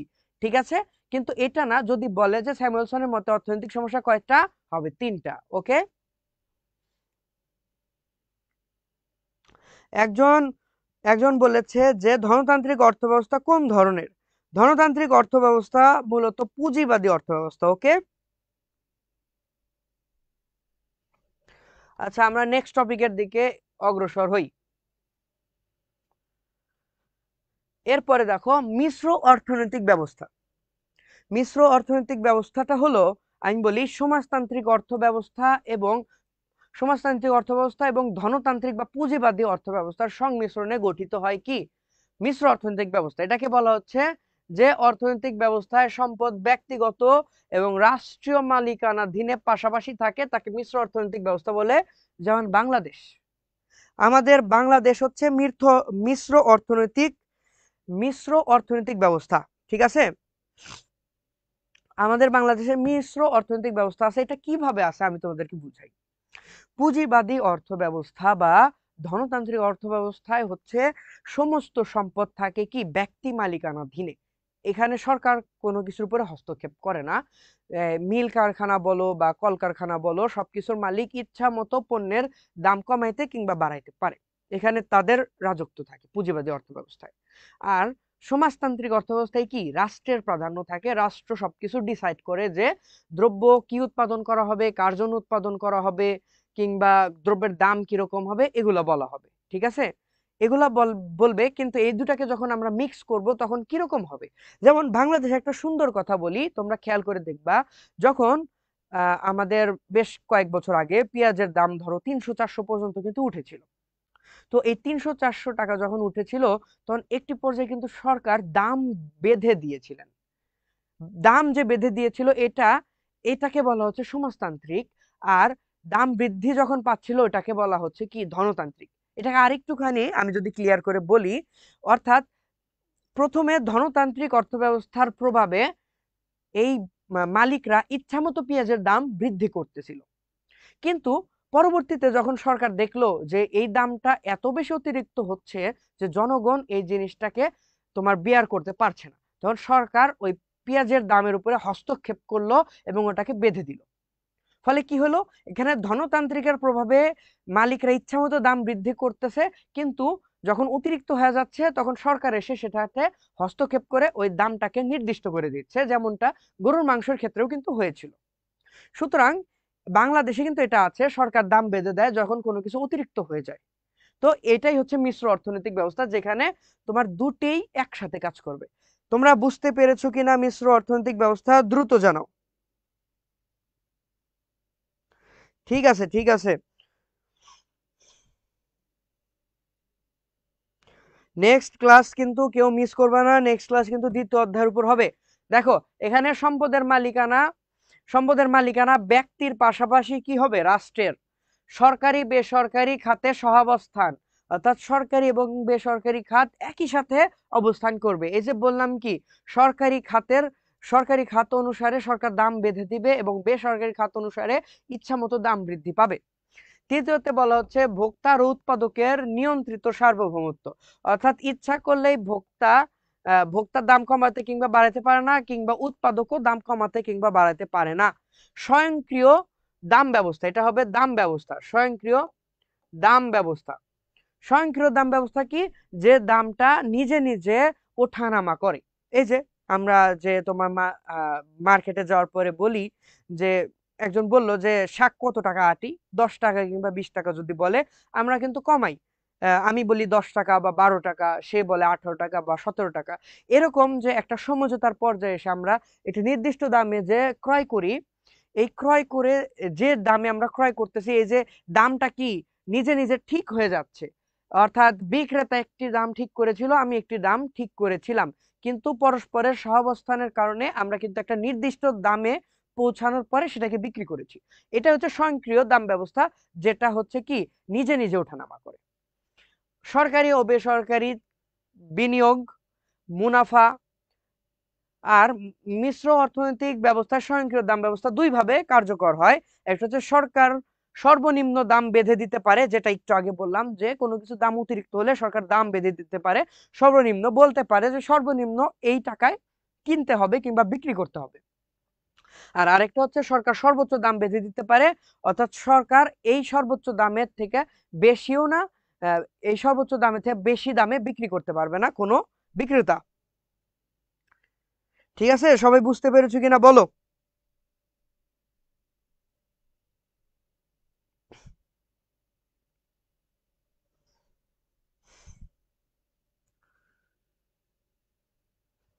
আচ্ছা, কাঁচামরিচ এখন বিক্রি হয় 1200 টাকা কেজি না? আচ্ছা আচ্ছা, এত দাম হইলে তো কাঁচামরিচও খাওয়া যাবে না, না? দেখো এখন আমরা সৃজনশীলের পর্যায়ে চলে এসেছি। তো এখন এই চ্যাপ্টারের মধ্যে থেকে আমাদের পড়তে হবে সমাজতান্ত্রিক আর মিশ্র, এই দুটাই বেশি ইম্পর্টেন্ট। আর তোমরা পাশাপাশি ধনতান্ত্রিকটা পড়ে ফেলতে পারো। তো এরপর দেখো নিচে দুটি দ্রব্য এখানে বলা হচ্ছে, একটা দ্রব্য এক্স আর একটা দ্রব্য ওয়াই এর উৎপাদন সম্ভাবনার সূচি দেওয়া হয়েছে, এর ভিত্তিতে নিম্নোক্ত প্রশ্নের উত্তর দাও। এই যে নিম্নোক্ত প্রশ্ন কি, এই যে প্রথম প্রশ্ন, এটা কিন্তু বোর্ডের কোশ্চেন। তো এখানে বলা হচ্ছে কি, এখানে বলা হচ্ছে দুষ্প্রাপ্যতা বলতে কি বোঝো। অলরেডি আমি কিন্তু তোমাদের দুষ্প্রাপ্যতা বলতে কি বোঝো বিষয়টাকে কিন্তু পড়িয়ে ফেলেছি, ঠিক আছে? তো ওটা কিন্তু নোট করে ফেলবা যে দুষ্প্রাপ্যতা বলতে কি বোঝো। হ্যাঁ হ্যাঁ ঠিক আছে, অভাবের তুলনায় সম্পদের স্বল্পতা বা অপর্যাপ্ততাই কি দুষ্প্রাপ্যতা। ঠিক আছে, আশা করি যে তোমার সম্পদের তুলনায় তোমার অভাবটা বেশি, তাহলে অভাবের তুলনায় সম্পদের স্বল্পতাই হচ্ছে কি দুষ্প্রাপ্যতা। এরপরে বলা হচ্ছে নির্দেশমূলক অর্থব্যবস্থা কেন্দ্রীয় পরিকল্পনা কর্তৃপক্ষ গুরুত্বপূর্ণ কেন। এই কেন্দ্রীয় পরিকল্পনাকেই কি বলা হচ্ছে, সরকার। এখন নির্দেশমূলক অর্থনৈতিক ব্যবস্থা বলতে আমি কি বলেছিলাম, নির্দেশমূলক অর্থনৈতিক ব্যবস্থা বলতেই বলানো হচ্ছে কি সমাজতান্ত্রিক অর্থ ব্যবস্থা। তাহলে সমাজতান্ত্রিক অর্থ ব্যবস্থা পরিচালিতই হয় রাষ্ট্রের মাধ্যমে। সুতরাং রাষ্ট্রের মাধ্যমে যদি চালনা করা হয়, এখানে কেন্দ্রীয় পরিকল্পনা বা সরকার বা রাষ্ট্রই যদি না থাকে তাহলে কিভাবে হবে। আশা করি এটা বর্ণনা করতে পারবা যে কিসের জন্য গুরুত্বপূর্ণ। গুরুত্বপূর্ণ এই জন্য কেননা কেন্দ্রীয় পরিকল্পনা কর্তৃপক্ষ কি করে, সেবার দাম নির্ধারণ নির্ধারণ করে দেয়। মূল কথা কি, সেবার দাম, এই যে দাম নির্ধারণ করে দেয় যে এই দামের কম কিংবা বেশি তুমি বিক্রি করতে পারবা না, নির্ধারণ করে দেয়। ঠিক আছে, দাম নির্ধারণ করে দেয় কেন্দ্রীয় পরিকল্পনা কর্তৃপক্ষ বা সরকার, এই কারণে এটা গুরুত্বপূর্ণ। আন্ডারস্ট্যান্ড? সবাই বুঝছো কিনা বলো।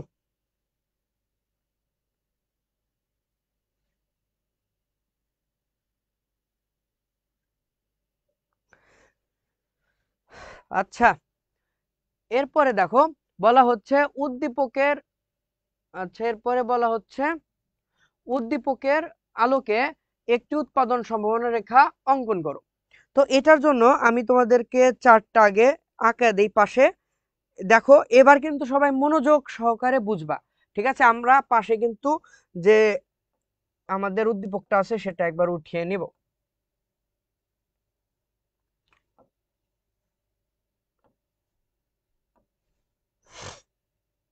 এটা হচ্ছে সংমিশ্রণ,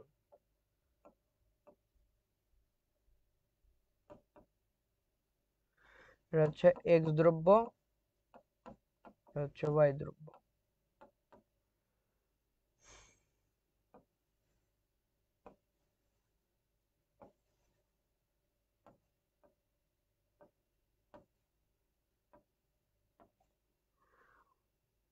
এক্স দ্রব্য কত, 130,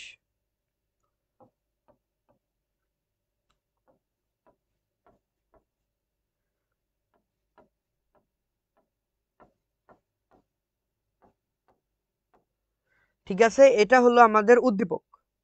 এখন এই উদ্দীপক থেকে আমাদের কি আঁকতে বলতেছে, উদ্দীপকের আলোকে একটি উৎপাদন সম্ভাবনা রেখা অঙ্কন করো। তো এখন কিন্তু সবাই ঠিকভাবে দেখবা, যারা আগের বার বোঝনি তারা কিন্তু অবশ্যই ঠিকভাবে দেখবা যে কিভাবে এই উৎপাদন সম্ভাবনা রেখাটা আঁকবো।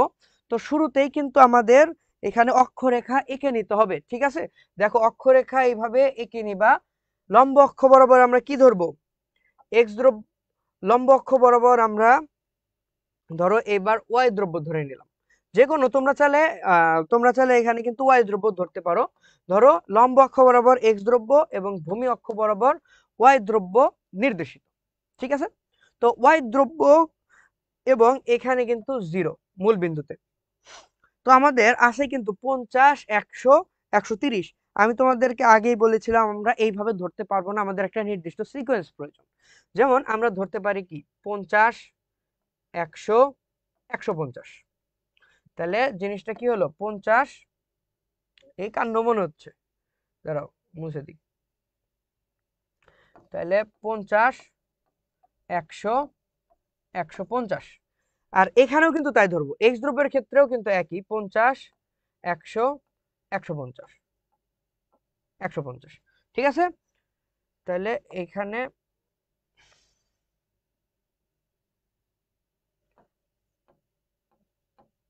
ঠিক আছে, আমাদের ইনিশিয়ালি কাজ শেষ, শুরুর কাজগুলো আমরা শেষ করলাম। তো এখন শুরুতেই লক্ষ্য রাখবা, দেখো আস্তে আস্তে বোঝো, কেউ কেউ এখান থেকে অমনোযোগী হবে না।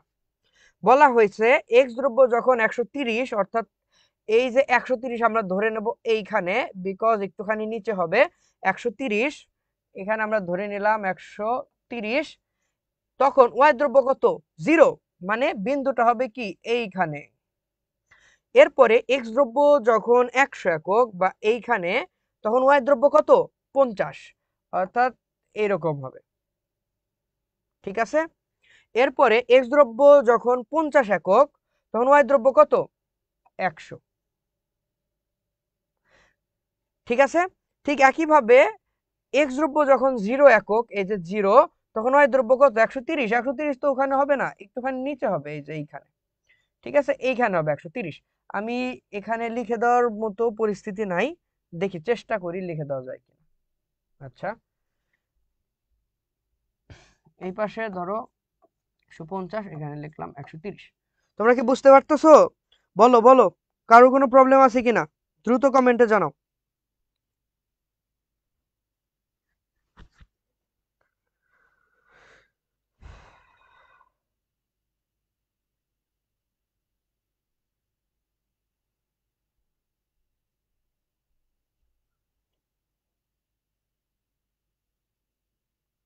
কোনো সমস্যা থাকলে কমেন্টে বলো।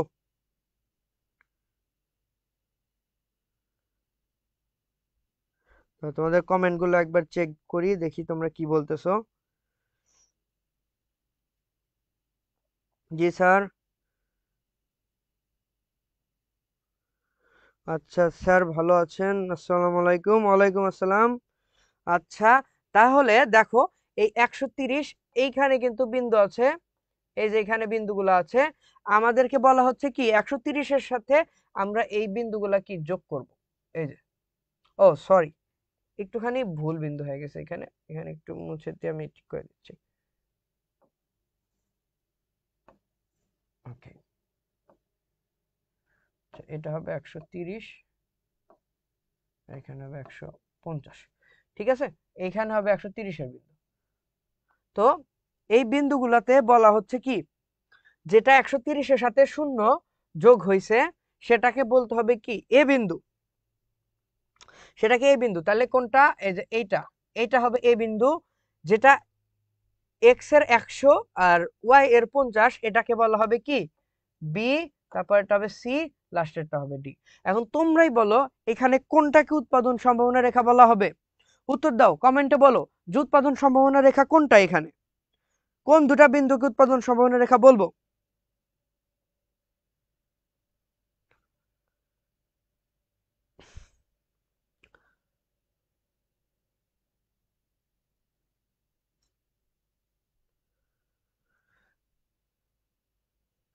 তোমরা বলতেছো স্যার এক্স অক্ষ বরাবর সর্বোচ্চ 100 হলে 130 নিচে কিভাবে?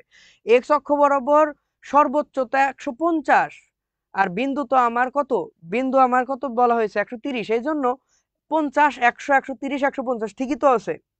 এইভাবে যাবে, নিচ থেকে উপরে যত যাবে তত মান বৃদ্ধি পাবে, আর এইভাবে যত ডানে যাবে তত মান বৃদ্ধি পাবে। ঠিক আছে, আচ্ছা, একজন বলছে তুবা তরফদার বলতেছে এ আর ডি। হ্যাঁ, ঠিক আছে, এখানে এ এবং ডি কেই বলা হচ্ছে কি উৎপাদন সম্ভাবনা রেখা। ঠিক আছে, উৎপাদন সম্ভাবনা রেখা হচ্ছে এ আর ডি। এবং এখানে বর্ণনা কিভাবে দেব আমি বলে দেই। একটু আগে আমি তোমাদের কিন্তু বর্ণনা দেখাইছি, সেম বর্ণনা, একটি বর্ণনা ব্যবহার করে সবগুলি বর্ণনা দিবা। কিভাবে? এইখানে ভূমি অক্ষ বরাবর ওয়াই দ্রব্য এবং লম্ব অক্ষ বরাবর এক্স দ্রব্য নির্দেশিত। শেষ। এখানে এ ডি হচ্ছে উৎপাদন সম্ভাবনা রেখা। এখানে যখন সম্পদের সম্পূর্ণ সম্পদ যদি এ বিন্দুতে অর্থাৎ এক্স দ্রব্য উৎপাদনে নিয়োজিত করা হয়, তখন ওয়াই দ্রব্যের উৎপাদন হবে 0। একইভাবে যদি ডি বিন্দুতে ওয়াই দ্রব্যতে সম্পূর্ণ সম্পদ ব্যবহার করা হয়, তাহলে এক্স দ্রব্যের উৎপাদন হবে 0। এরপরে বলবা বি বিন্দুতে এক্স দ্রব্যের পরিমাণ কমে বা হ্রাস পেয়ে 100 হলে ওয়াই দ্রব্যের পরিমাণ বৃদ্ধি পেয়ে 50 হয়। এবং সি বিন্দুতে কি এক্স দ্রব্যের উৎপাদন আরো হ্রাস পেয়ে 50 হলে ওয়াই দ্রব্যের উৎপাদন আরো বৃদ্ধি পেয়ে 100 হয়। ঠিক আছে, এখানে এ বি সি ডি, এই এ বি সি ডি বিন্দুগুলি যোগ করে উৎপাদন সম্ভাবনা রেখা পাওয়া যায়, যেখানে এ ডি হচ্ছে উৎপাদন সম্ভাবনা রেখা। ঠিক আছে। আচ্ছা, একজন ভালো বুঝতেছো না, তুমি কি বুঝতেছো না বলো, তুমি জানাও কমেন্টে। আচ্ছা, আমাদের গ নাম্বারের উত্তর কি আমরা বুঝতে পারছি? গ নাম্বারে বলো বলো যে গ নাম্বার কিভাবে উত্তর করতে হবে, এটা কি আমরা বুঝতে পেরেছি? তোমরা কি শিখতে পেরেছো? কমেন্টে জানাও, কমেন্টে বলো।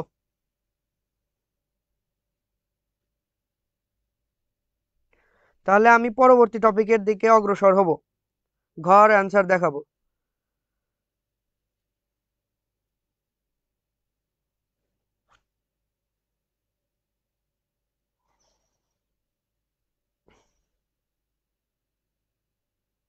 ভাইয়া বর্ণনাটা লিখলে ভালো হবে। শোনো, বর্ণনাটা আমি লিখে দিয়েছিলাম পেজে, তোমরা এটার পিডিএফও পেয়ে যাবে। আমাদের হোয়াটসঅ্যাপ গ্রুপ আছে, হোয়াটসঅ্যাপ গ্রুপে অবশ্যই এগুলোর পিডিএফ পেয়ে যাবে। সেখানে একটি বর্ণনা দেওয়া আছে, ওই একটি বর্ণনাকে লক্ষ্য করে সমস্ত বর্ণনা দেওয়া যাবে। ঠিক আছে, তোমরা সবাই হোয়াটসঅ্যাপ গ্রুপে জয়েন হয়ে নিও। ঠিক আছে, এরপরে আমরা অ্যান্সার করব কি, ঘ নাম্বার, যেখানে বলা হচ্ছে এক্স দ্রব্যের উৎপাদন 100 একক অবস্থায় ওয়াই দ্রব্যের উৎপাদন 100 একক সম্ভব নয়, তোমার উত্তরের পক্ষে যুক্তি দেখাও। ঠিক আছে, এখানে কি বলতেছে, এখানে বলতেছে যে তোমার যখন এক্স দ্রব্যের উৎপাদন 100 হবে, অর্থাৎ আমি যদি আরেকবার আঁকাই, জাস্ট সংমিশ্রণ বিন্দুগুলোকে আমি বাদ দিলাম। ঠিক আছে, উদ্দীপকের সংমিশ্রণ বিন্দুগুলো উঠাইলাম না, জাস্ট আমি উঠাবো কি এক্স আর ওয়াই দ্রব্যের মান, এক্স ওয়াই। তাহলে এক্স এর ক্ষেত্রে 130 0,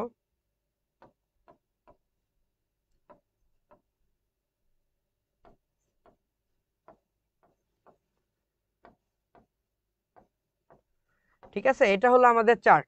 তো এখানেই আমাদেরকে প্রশ্ন করা হয়েছে যে এক্স দ্রব্যের উৎপাদন 100 একক অবস্থায়, অর্থাৎ এক্স দ্রব্যের উৎপাদন এই যে 100, এই যে 100, এটাকে যদি আমি একটু অন্য কালার করি, দেখো এই যে 100, এই 100, এই 100 একক অবস্থায় ওয়াই দ্রব্যের উৎপাদন 100 একক সম্ভব নয়। এটা যখন 100, তখন ওয়াই 50-এর পরিবর্তে 100 করা যাবে কি না, এটা আমরা চিত্র আঁকলে অবশ্যই বুঝতে পারবো। তো আমরা চিত্রের দিকে অগ্রসর হই আগে। ঠিক আছে, দেখো আমরা চিত্রটা আবার আঁকবো। মূল বিন্দু, ধরো এটাকে এক্স অক্ষ, এটাকে ওয়াই অক্ষ। তোমরা যে কোনো সময় যে কোনো বিন্দু নিতে পারো, কোনো সমস্যা নেই। এখানে এক্স, এখানে ওয়াই, এখানে ওয়াই, এখানে এক্স, যেটাই বসাও মান ঠিক থাকলেই হলো। ঠিক আছে, আমি দুই ভাবেই দেখা দিচ্ছি। এর আগে উপরে উপরে আরেকটা নিয়েছিলাম, এখন আরেকটা নিয়েছি। ঠিক আছে, এখানে আমরা এক্স ধরি, তাহলে এক্স অক্ষের মান বসাই 50, 100, আর ধরো 150, 50, 100, 150, কিন্তু আমাদের মান ধরতে হবে 130 পর্যন্ত, যেটা আমরা লিখে দেব 130। ঠিক একইভাবে এখানে 50, 100, 150, কিন্তু আর একটু নিচে হবে 130, তার কারণ আমাদের সর্বোচ্চ আছে 130 পর্যন্ত, কিন্তু আমরা জাস্ট সিকোয়েন্সটা মেনটেন করার জন্য 150টা লিখছি। কি সিকোয়েন্স? এই 50 থেকে 100-র যা ডিফারেন্স হবে, 100 থেকে তার পরবর্তী সংখ্যার ডিফারেন্সও ওই একই হবে, এটা আমাদেরকে দেখাইতে হবে। সুতরাং আমরা আগের মতোই চিত্রটা আরেকবার এঁকে নেব। ঠিক আছে, আরেকবারের মতো আঁকবো। তাহলে এক্স দ্রব্য 130, আচ্ছা, এরপরে এখানে হলো 100 সাথে 50,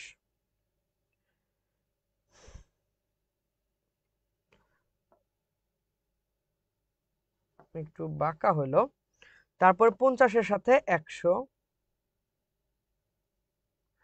ঠিক আছে, এখানে বিন্দু দুইটা দিলাম, তারপর আগে আমরা এগুলাকে যোগ করে দেই। এটা একটুখানি গোল হবে, যদিও এখানে মান নিতে একটুখানি কম বেশি হয়েছে, এটা কোনো ব্যাপার না, ঠিক আছে, এটা কোনো প্রবলেম হবে না। এরপরে বলা হয়েছে যে এক্স যখন 100 তখন ওয়াই 100 করা সম্ভব কিনা।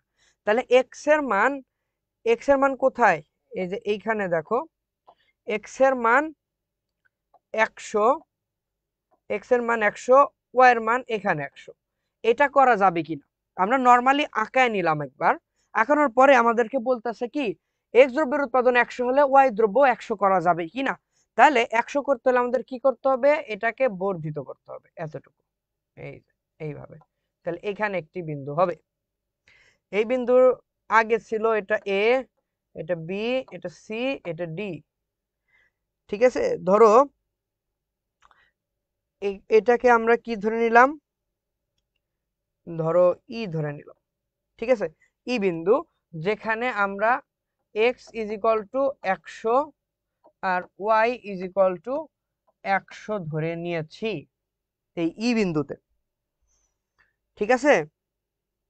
তো এখানে এখানে বলতেছে তোমার উত্তরের সপক্ষে যুক্তি দেখাও, ঠিক আছে। তো আমরা এখানে উত্তরের সপক্ষে যুক্তির ক্ষেত্রে একটা স্লাইডে আমি বলেছিলাম তোমাদের যে যখনই এই উৎপাদন সম্ভাবনা রেখার বাইরে উৎপাদন করা বুঝাবে, উৎপাদন সম্ভাবনা রেখার বাইরে উৎপাদন বুঝাবে, তখন এই যে অর্থাৎ ই বিন্দুতে উৎপাদন সম্ভব হবে না, কেননা আমাদের সম্পদ সীমিত, আমাদের সম্পদ সীমিত থাকার কারণে ই বিন্দুতে কখনো উৎপাদন সম্ভব হবে না।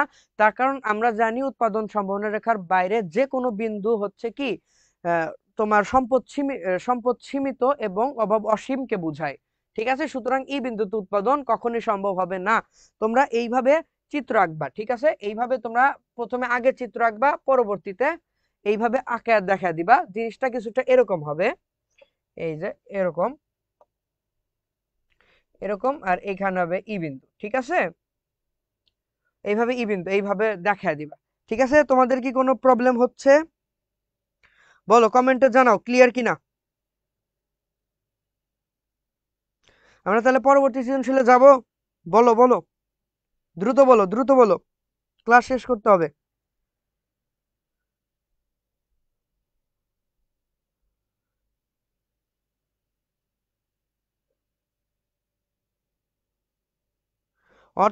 অর্থনীতি কোনো কঠিন বিষয়ই না, তোমাদের একটু মনোযোগ সহকারে পড়তে হবে, তার কারণ এখানে কিছু ম্যাথমেটিক্যাল বিষয় আছে। আচ্ছা, আমাদের পরবর্তী সৃজনশীল হলো এইটা, দেখো একইভাবে আবার বলতেছে কি দুষ্প্রাপ্যতা। দুষ্প্রাপ্যতা কাকে বলে আমরা একটু আগেই পড়ছি, দুষ্প্রাপ্যতা। তারপরে বলা হচ্ছে মিশ্র অর্থনৈতিক ব্যবস্থায় মূল্য কিভাবে নির্ধারিত হয়।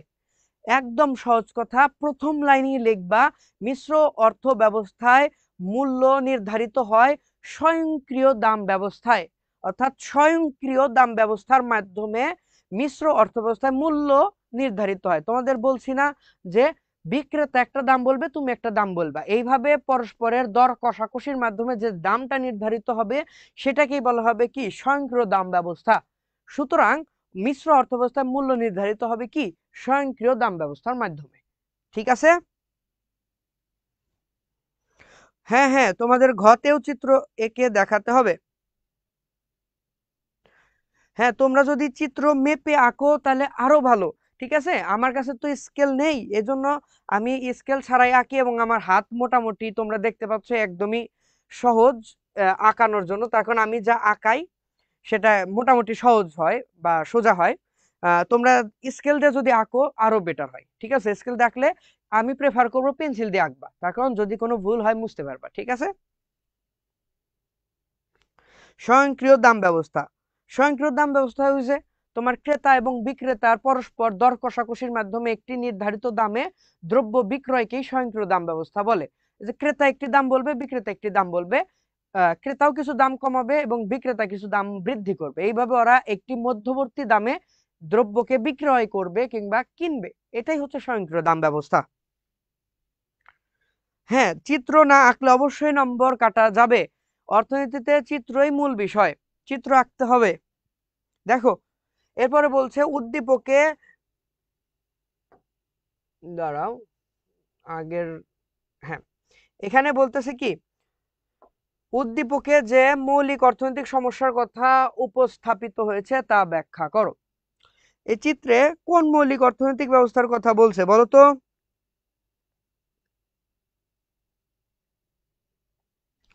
বলো বলো, কোন মৌলিক অর্থনৈতিক সমস্যা?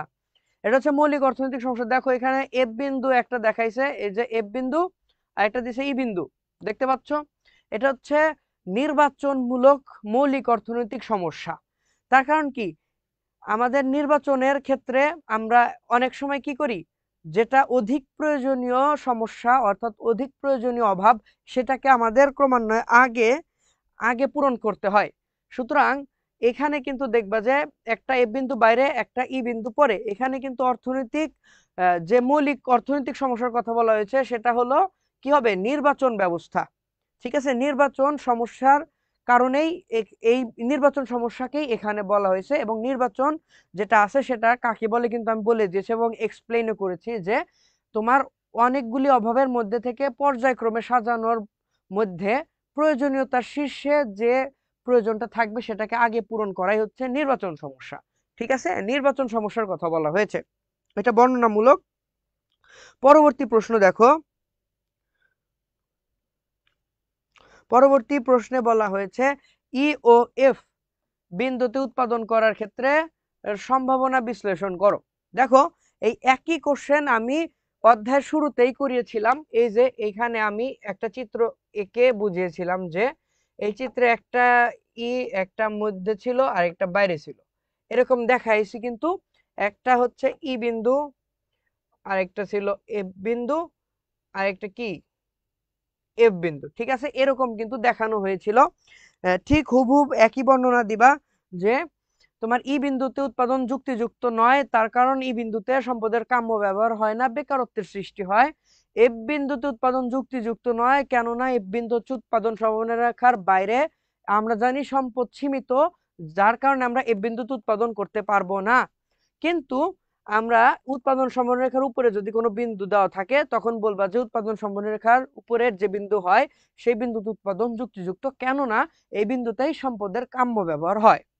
ঠিক আছে, এটা কিন্তু আঁকা তোমাদের ঘ নাম্বারে কিন্তু অবশ্যই চিত্র আঁকবা। ঘ নাম্বারে অ্যান্সার করার ক্ষেত্রে এই চিত্রটাই আরেকবার আঁকবা এবং একে বর্ণনা করে দিবা। বর্ণনা কি করবা, এখানে এক্স ভূমি অক্ষ বরাবর এক্স দ্রব্য এবং লম্ব অক্ষ বরাবর ওয়াই দ্রব্য নির্দেশিত। এখানে এ এবং ডি হচ্ছে উৎপাদন সমন্বয় রেখা। এখানে এক্স দ্রব্যের পরিমাণ, এক্স দ্রব্য যখন ওয়াই টু একক ছিল তখন এক্স দ্রব্য ছিল কত, এক্স টু একক। এবং ওয়াই দ্রব্যের পরিমাণ যখন ওয়াই ওয়ান হয় তখন এক্স দ্রব্যের পরিমাণ কত হয়, এক্স ওয়ান, যা বি বিন্দু দ্বারা নির্দেশিত। এবং ওয়াই টু এবং এক্স টু হচ্ছে সি বিন্দু দ্বারা নির্দেশিত। এ বি সি ডি বিন্দু যোগ করে আমরা কি উৎপাদন সম্ভাবনা রেখা পাই। ঠিক আছে, এইভাবে বর্ণনা করে দিবা। বলো তো কোনো সমস্যা আছে?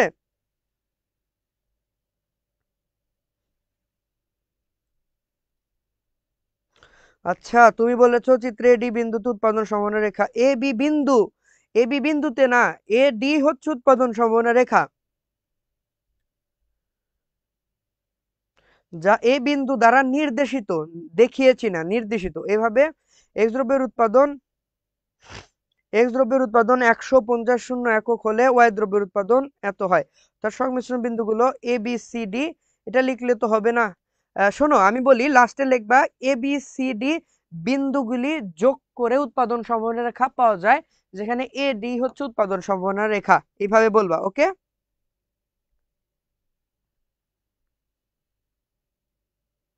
নাজমুল সাকিব, সাকিব তুমি কি বুঝতে পেরেছো? বলো বলো। আচ্ছা আচ্ছা, আমরা তাহলে পরবর্তী সৃজনশীলের দিকে এগোই।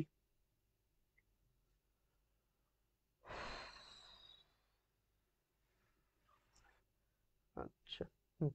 দেখো পরবর্তী সৃজনশীলটা হচ্ছে নিচে এক্স ও ওয়াই দ্রব্যের উৎপাদনের বিভিন্ন সংমিশ্রণ দেখানো হলো।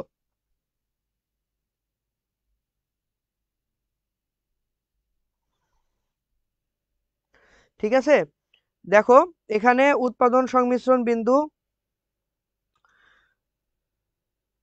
এখানে বলতেছে সংমিশ্রণ হচ্ছে 0 1 2 3। দাঁড়াও, এখানে একটুখানি মিস্টেক হয়েছে, ঠিক আছে। এখানে সংমিশ্রণ হবে এ বি সি, এগুলো হবে না, একটু ভুল হয়েছে এখানে।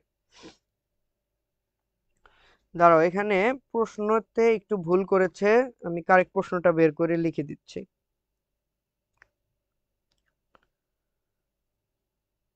হুম, এক্স দ্রব্য হবে, এক্স দ্রব্য হবে, কারেকশন করে নাও, এক্স দ্রব্য হবে 0 2 3, আর ওয়াই দ্রব্য হবে 3 2 0।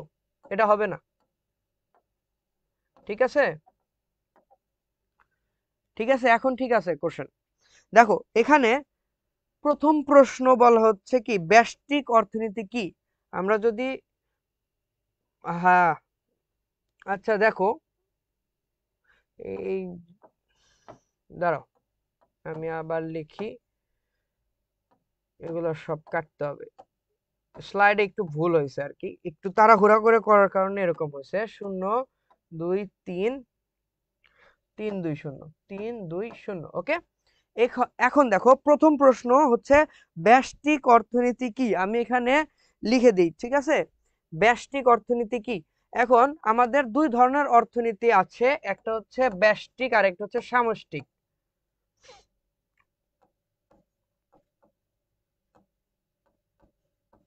একটা হচ্ছে ব্যষ্টিক আর একটা হচ্ছে সামষ্টিক,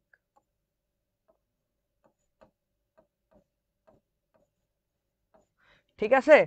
ব্যষ্টিক, এখানে বলা হচ্ছে ব্যষ্টিক অর্থনীতি কি। ব্যষ্টিক অর্থনীতি হচ্ছে সেই অর্থনীতি যেখানে কোনো একজন ব্যক্তির অর্থনীতি ব্যবস্থা সম্পর্কে আলোচনা করা হয়, সেটা হচ্ছে ব্যষ্টিক অর্থনীতি। আর সামষ্টিক অর্থনীতি হচ্ছে যেখানে সমগ্র দেশ কিংবা অনেক জনসংখ্যার অর্থনীতি সম্পর্কিত আলোচনা করা হয়, তাকে বলা হয় সামষ্টিক অর্থনীতি। ঠিক আছে, তোমরা বুঝতে পেরেছো কিনা বলো কমেন্টে, বলো বলো।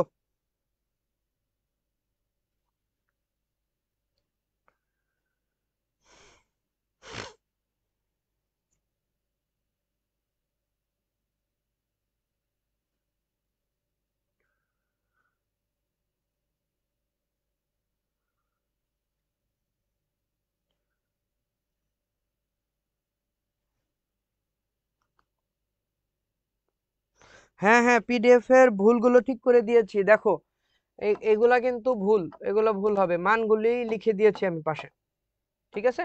প্রথম প্রশ্ন, ব্যষ্টিক অর্থনীতি কি ছিল।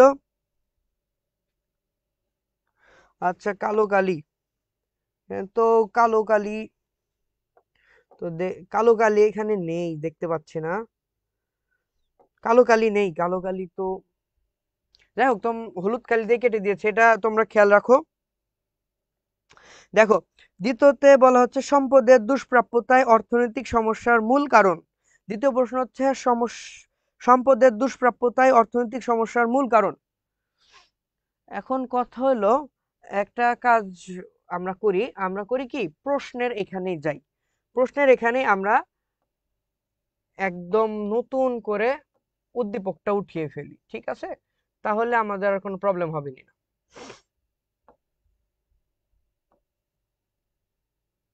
এটা হচ্ছে এক্স দ্রব্য, এটা ওয়াই দ্রব্য, এটা হচ্ছে সংমিশ্রণ।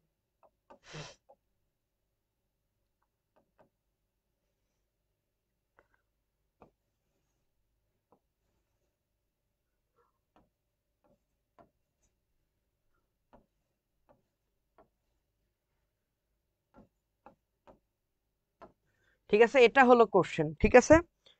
আর খতে বলা হচ্ছে কি সম্পদের দুষ্প্রাপ্যতাই অর্থনৈতিক সমস্যার মূল কারণ, ব্যাখ্যা করো। দেখো, অবশ্যই সম্পদের দুষ্প্রাপ্যতাই কি আমাদের অর্থনৈতিক ব্যবস্থার কি অর্থনৈতিক সমস্যার মূল কারণ। কিভাবে, আমাদের সম্পদ যদি অসীম হইতোই তাহলে কি অর্থনীতির সৃষ্টি হইতো? তোমরাই বলো, কখনোই অর্থনীতির সৃষ্টি হইতো না যদি আমাদের, আচ্ছা কি আবার বলবো, বলো। একজন কমেন্ট করেছো স্যার আবার বলেন, বলো কি বলবো। দেখো আমি তোমাদের কোশ্চেন বলি, সম্পদের দুষ্প্রাপ্যতাই অর্থনৈতিক সমস্যার মূল কারণ, এটা ব্যাখ্যা করতে বলছে। সম্পদের দুষ্প্রাপ্যতা মানে কি? সম্পদ হচ্ছে সসীম, সম্পদ হচ্ছে সসীম কিন্তু আমাদের অভাব কি? অসীম। এই সম্পদের দুষ্প্রাপ্যতাই অর্থনৈতিক সমস্যার মূল কারণ। কেন? তার কারণ হচ্ছে আমাদের অর্থনীতি যদি অসীম হয়ে যেত, যদি আনলিমিটেড সম্পত্তি থাকতো আমাদের, তাহলে কখনো অর্থনীতির সৃষ্টি হতো না। অর্থনীতির কেন সৃষ্টি হয়েছে? যেন আমরা সীমিত সংখ্যক সম্পদ দ্বারা অধিক সংখ্যক অভাবকে পূরণ করতে পারি। ঠিক আছে,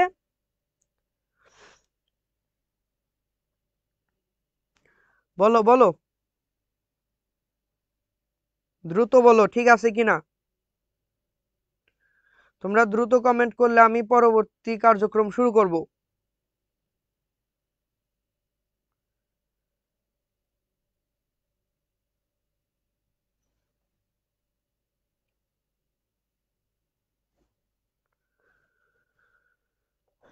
আচ্ছা, ঠিক আছে।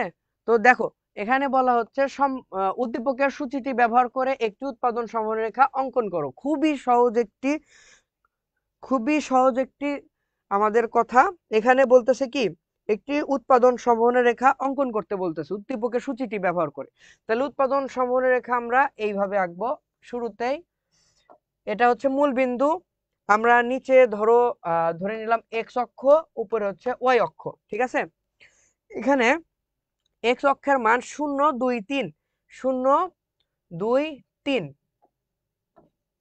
ওয়াই অক্ষে আমরা কি বসাবো? ওই একই 0 2 3, 2 3। এখন এক্স অক্ষের মান যখন 0, তখন ওয়াই অক্ষের মান কত? 3। তাহলে বিন্দু হবে এইখানে। এক্স অক্ষ যখন 2, ওয়াই অক্ষ 2, অর্থাৎ এরকম হবে। এরপরে 3 0 মানে বিন্দু হবে এইখানে। ঠিক আছে, এখানে এই জিনিসটা আরেকটুখানি সরিয়ে দিলে হয়তো আমাদের চিত্রটা সুন্দর হতো। দাঁড়াও, আমি এটা একটুখানি রিপেয়ার করি।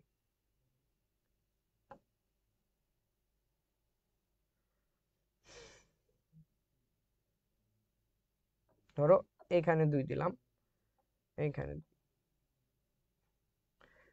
3টা বেশি উপরে হয়ে গেছে। তোমরা পরীক্ষার হলে পেন্সিল দিয়ে আঁকবা, বুঝছো? পেন্সিল দিয়ে আঁকলে একদম সহজ হবে। এখানে 3, তাহলে আমাদের এরকম হবে। তাহলে এখানে সংমিশ্রণ বিন্দু এই ক্ষেত্রে দেওয়া হয়েছিল এ, এইদিকে বি, এদিকে সি। ঠিক আছে, এই যে উৎপাদন সমরেখা হয়ে গেছে। ঠিক আছে, এই উৎপাদন সমরেখার আমরা কি বলবো? ভূমি অক্ষ বরাবর এক্স এবং লম্ব অক্ষ বরাবর ওয়াই দ্রব্য নির্দেশিত। এখানে প্রথমে আমরা বলে নেব যে এই বিন্দুতে যখন সম্পূর্ণ সম্পদ আমরা ওয়াই দ্রব্যতে নিয়োগ যদি করি, তখন এক্স দ্রব্যে আর কোনো উৎপাদন হবে না, ওয়াই এক্স হবে 0। ঠিক একইভাবে সি বিন্দুতে যদি সমস্ত সম্পদ আমরা এক্স দ্রব্যে ব্যবহার করি, তখন ওয়াই দ্রব্যের উৎপাদন হবে কি? 0। এবং বি বিন্দুতে কি হয়? বি বিন্দুতে যদি আমরা এক্স দ্রব্যের পরিমাণ বৃদ্ধি করে 2 একক করি, তখন ওয়াই দ্রব্য 1 একক কমে 2 হবে। ঠিক আছে, এইভাবে আমরা বর্ণনা করব। সেম বর্ণনাই প্রথমে স্লাইডে আমি যা বলছিলাম ওই একইভাবে বর্ণনাগুলো করবা। সবাই কমেন্টে জানাও বুঝতে পারতেছো কিনা।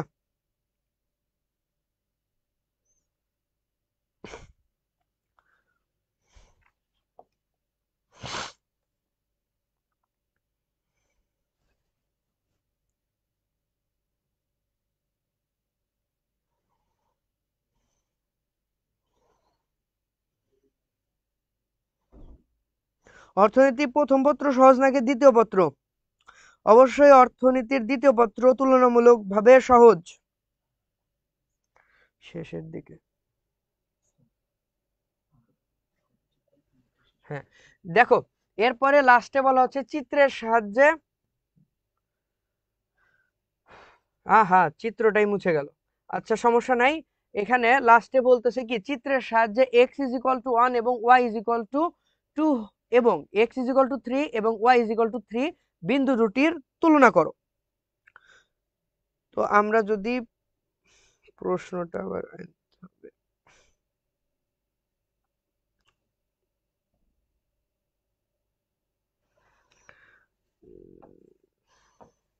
দেখো, আমরা একটু দ্রুত শেষ করি, অনেকক্ষণ হয়ে গেছে। দেখো এটা x, এটা y, আমরা যা সংক্ষিপ্ত ভাবে আঁকিয়ে নেব। এক্স দ্রব্যের ক্ষেত্রে 0 2 3, ওয়াই দ্রব্য হচ্ছে 3 2 0। এখানে এরপরে বলতেছে এক্স ইজ ইকুয়াল টু 1, তখন ওয়াই ইজ ইকুয়াল টু 2 হলে x is equal two 1, x is equal two 1, তখন ওয়াই ইজ ইকুয়াল টু কত হবে 2। আর এক্স ইজ ইকুয়াল টু 3 হলে ওয়াই ইজ ইকুয়াল টু 3। এই বিন্দু দুটির কি করতে হবে, তুলনা করতে হবে।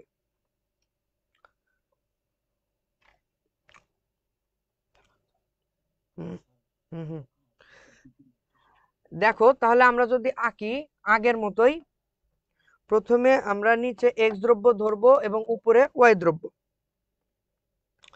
এখানে যেহেতু আমাদের এক বলা হয়েছে এক, সুতরাং আমরা এক ধরবো, 1 2 3। এখানে ধরবো 1 2 3, বসাও 1 2 3 1 2 3। তাহলে আমাদেরকে কি বলা হচ্ছে, প্রথমে এক্স দ্রব্যকে অন ধরলে ওয়াই দ্রব্য কত হবে, ওয়াই দ্রব্য, এক্স দ্রব্যকে 1 ধরলে ওয়াই দ্রব্য হবে 2। তাহলে এক্স দ্রব্য কোথায়, নিচে, এক্স দ্রব্য অন হলে ওয়াই দ্রব্য কত 2। তাহলে আমাদের এইভাবে নিতে হবে। দ্বিতীয়তে বলতেছে কি এক্স দ্রব্য 3 হলে ওয়াই দ্রব্যকেও 3 ধরতে হবে। তাহলে এই যে 3, এই যে 3, ঠিক আছে, এটা হবে। তাহলে ওদের দেওয়া দুটি বিন্দু কিন্তু আমরা পেয়ে গেছি। এখন আমরা আগে যে 2 2 পেয়েছিলাম, এই যে 2 2, বাকি আছে কি এই 2 এই 2। তাহলে এইটার 2 এর সাথে এটার 2 আমরা মিলিয়ে দেব এইভাবে। তাহলে এখানে আরেকটা বিন্দুর সৃষ্টি হলো। এবং এখানে যদি আমরা উৎপাদন সরলরেখা দেখাতে চাই, এই যে এইভাবে দেখাতে হবে। এখন বলো এটা বুঝতে পারছো কিনা। প্রথমে আমরা জিনিসটা রিপেয়ার করছি, ওরা শূন্যর বদলে 1 ধরতে বলছে, 1 ধরলাম। আর যখন এক্স এর মান 1 হবে তখন ওয়াই এর মান 3 এর বদলে হবে 2, 2 বসায় দিছি। এরপরে যা 2 ছিল 2 আছে। পরবর্তীতে বলতেছে এক্স এর মান যদি 3 ধরো ওয়াই কেও 3 ধরতে হবে। এই যে 3 দেওয়া আছে, এখানে শূন্যর পরিবর্তে আমরা 3 লিখে দিয়েছি। সুতরাং একটু রিপেয়ার করা হয়েছে, এটা ক্রস, এটা ক্রস, এখানে 1 এখানে 2 এখানে 2 এখানে 2 এখানে 3 এখানে 3। এইভাবে উৎপাদন সম্ভারেখা কি, এটা 1 এর সাথে এটা 2, যখন x 1 তখন y কত 2। ঠিক একইভাবে এটা 2 2 আর লাস্টে কি 3 3। এখানে বলার বিন্দু দুটি তুলনা করো। তাহলে আমাদের একটা বিন্দু কোথায়, 1 আর 2, এই 1 আর 2 এর বিন্দু হচ্ছে একটা, এটাকে ধরো ই দিলাম, এটা ই এফ, এটা জি। এখন তুলনা করো, একটা হচ্ছে ই বিন্দু, একটা হচ্ছে জি বিন্দু। তাহলে জি বিন্দু কি উৎপাদন সম্ভাবনারেখার বাইরে, যেখানে উৎপাদন সম্ভব নয়। আর ই বিন্দুটা হচ্ছে উৎপাদন সম্ভাবনা রেখার ভিতরে, যেখানে উৎপাদন করলে বেকারত্ব সৃষ্টি হবে আর এখানে সম্পদই নেই, উৎপাদন করবা কিভাবে। ঠিক আছে, সুতরাং ই আর জি বিন্দুর তুলনা এইভাবে করবা, আমি তোমাদেরকে শিখিয়ে দিয়েছিলাম। বলো কমেন্টে বলো হয়েছে কিনা। আশা করি সবাই বুঝতে পেরেছো। বলো এই চিত্রটা বুঝতে পেরেছো কিনা।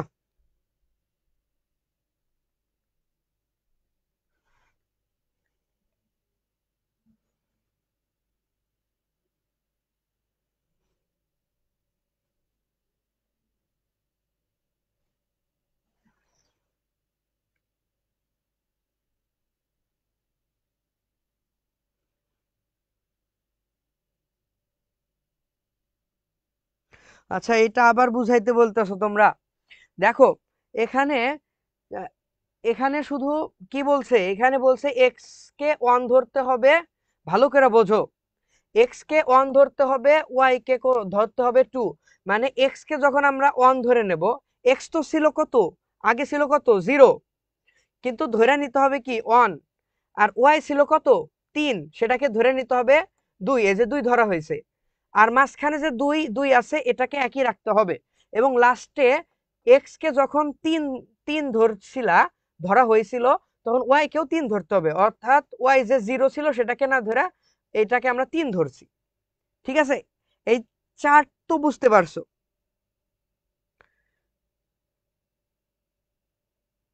ঠিক আছে, সূচিটা কি বুঝতে পারছো যে কিভাবে ধরা হয়েছে সূচিতে। বলো সূচিতে যখন 0 ছিল, 0-র বদলে 1 ধরতে হয়েছে, এক্স ইজ ইকুয়াল টু 1, তখন 0 ধরতে নিষেধ করছে, বলছে কি এক্স এর মান 1 ধরবা আর ওয়াই এর মান 2 ধরবা। এই জন্য এক্স এর 0টাকে আমরা না ধরে 1 লিখে দিছি, আর ওয়াইটাকে 3 না লিখে 2 লিখছি। আর একবার বুঝাইবার কয়।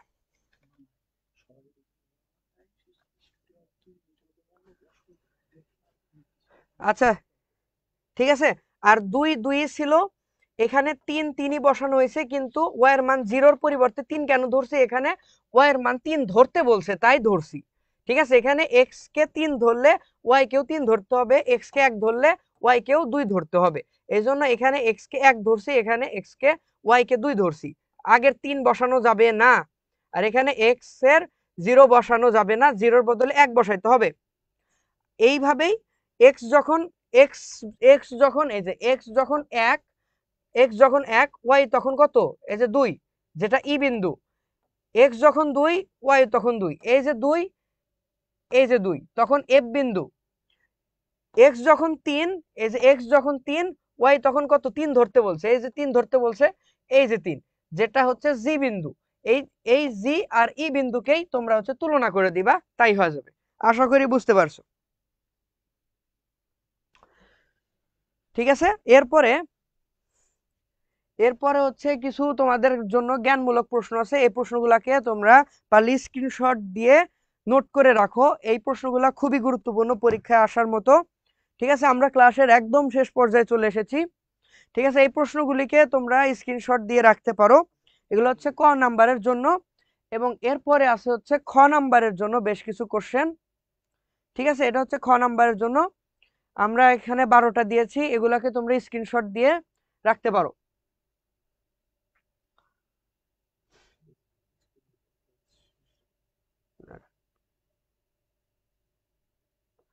ঠিক আছে, এটা হলো তোমাদের হচ্ছে জ্ঞানমূলক প্রশ্ন, যেখানে এটা হচ্ছে জ্ঞানমূলক প্রশ্ন, স্ক্রিনশট দিও।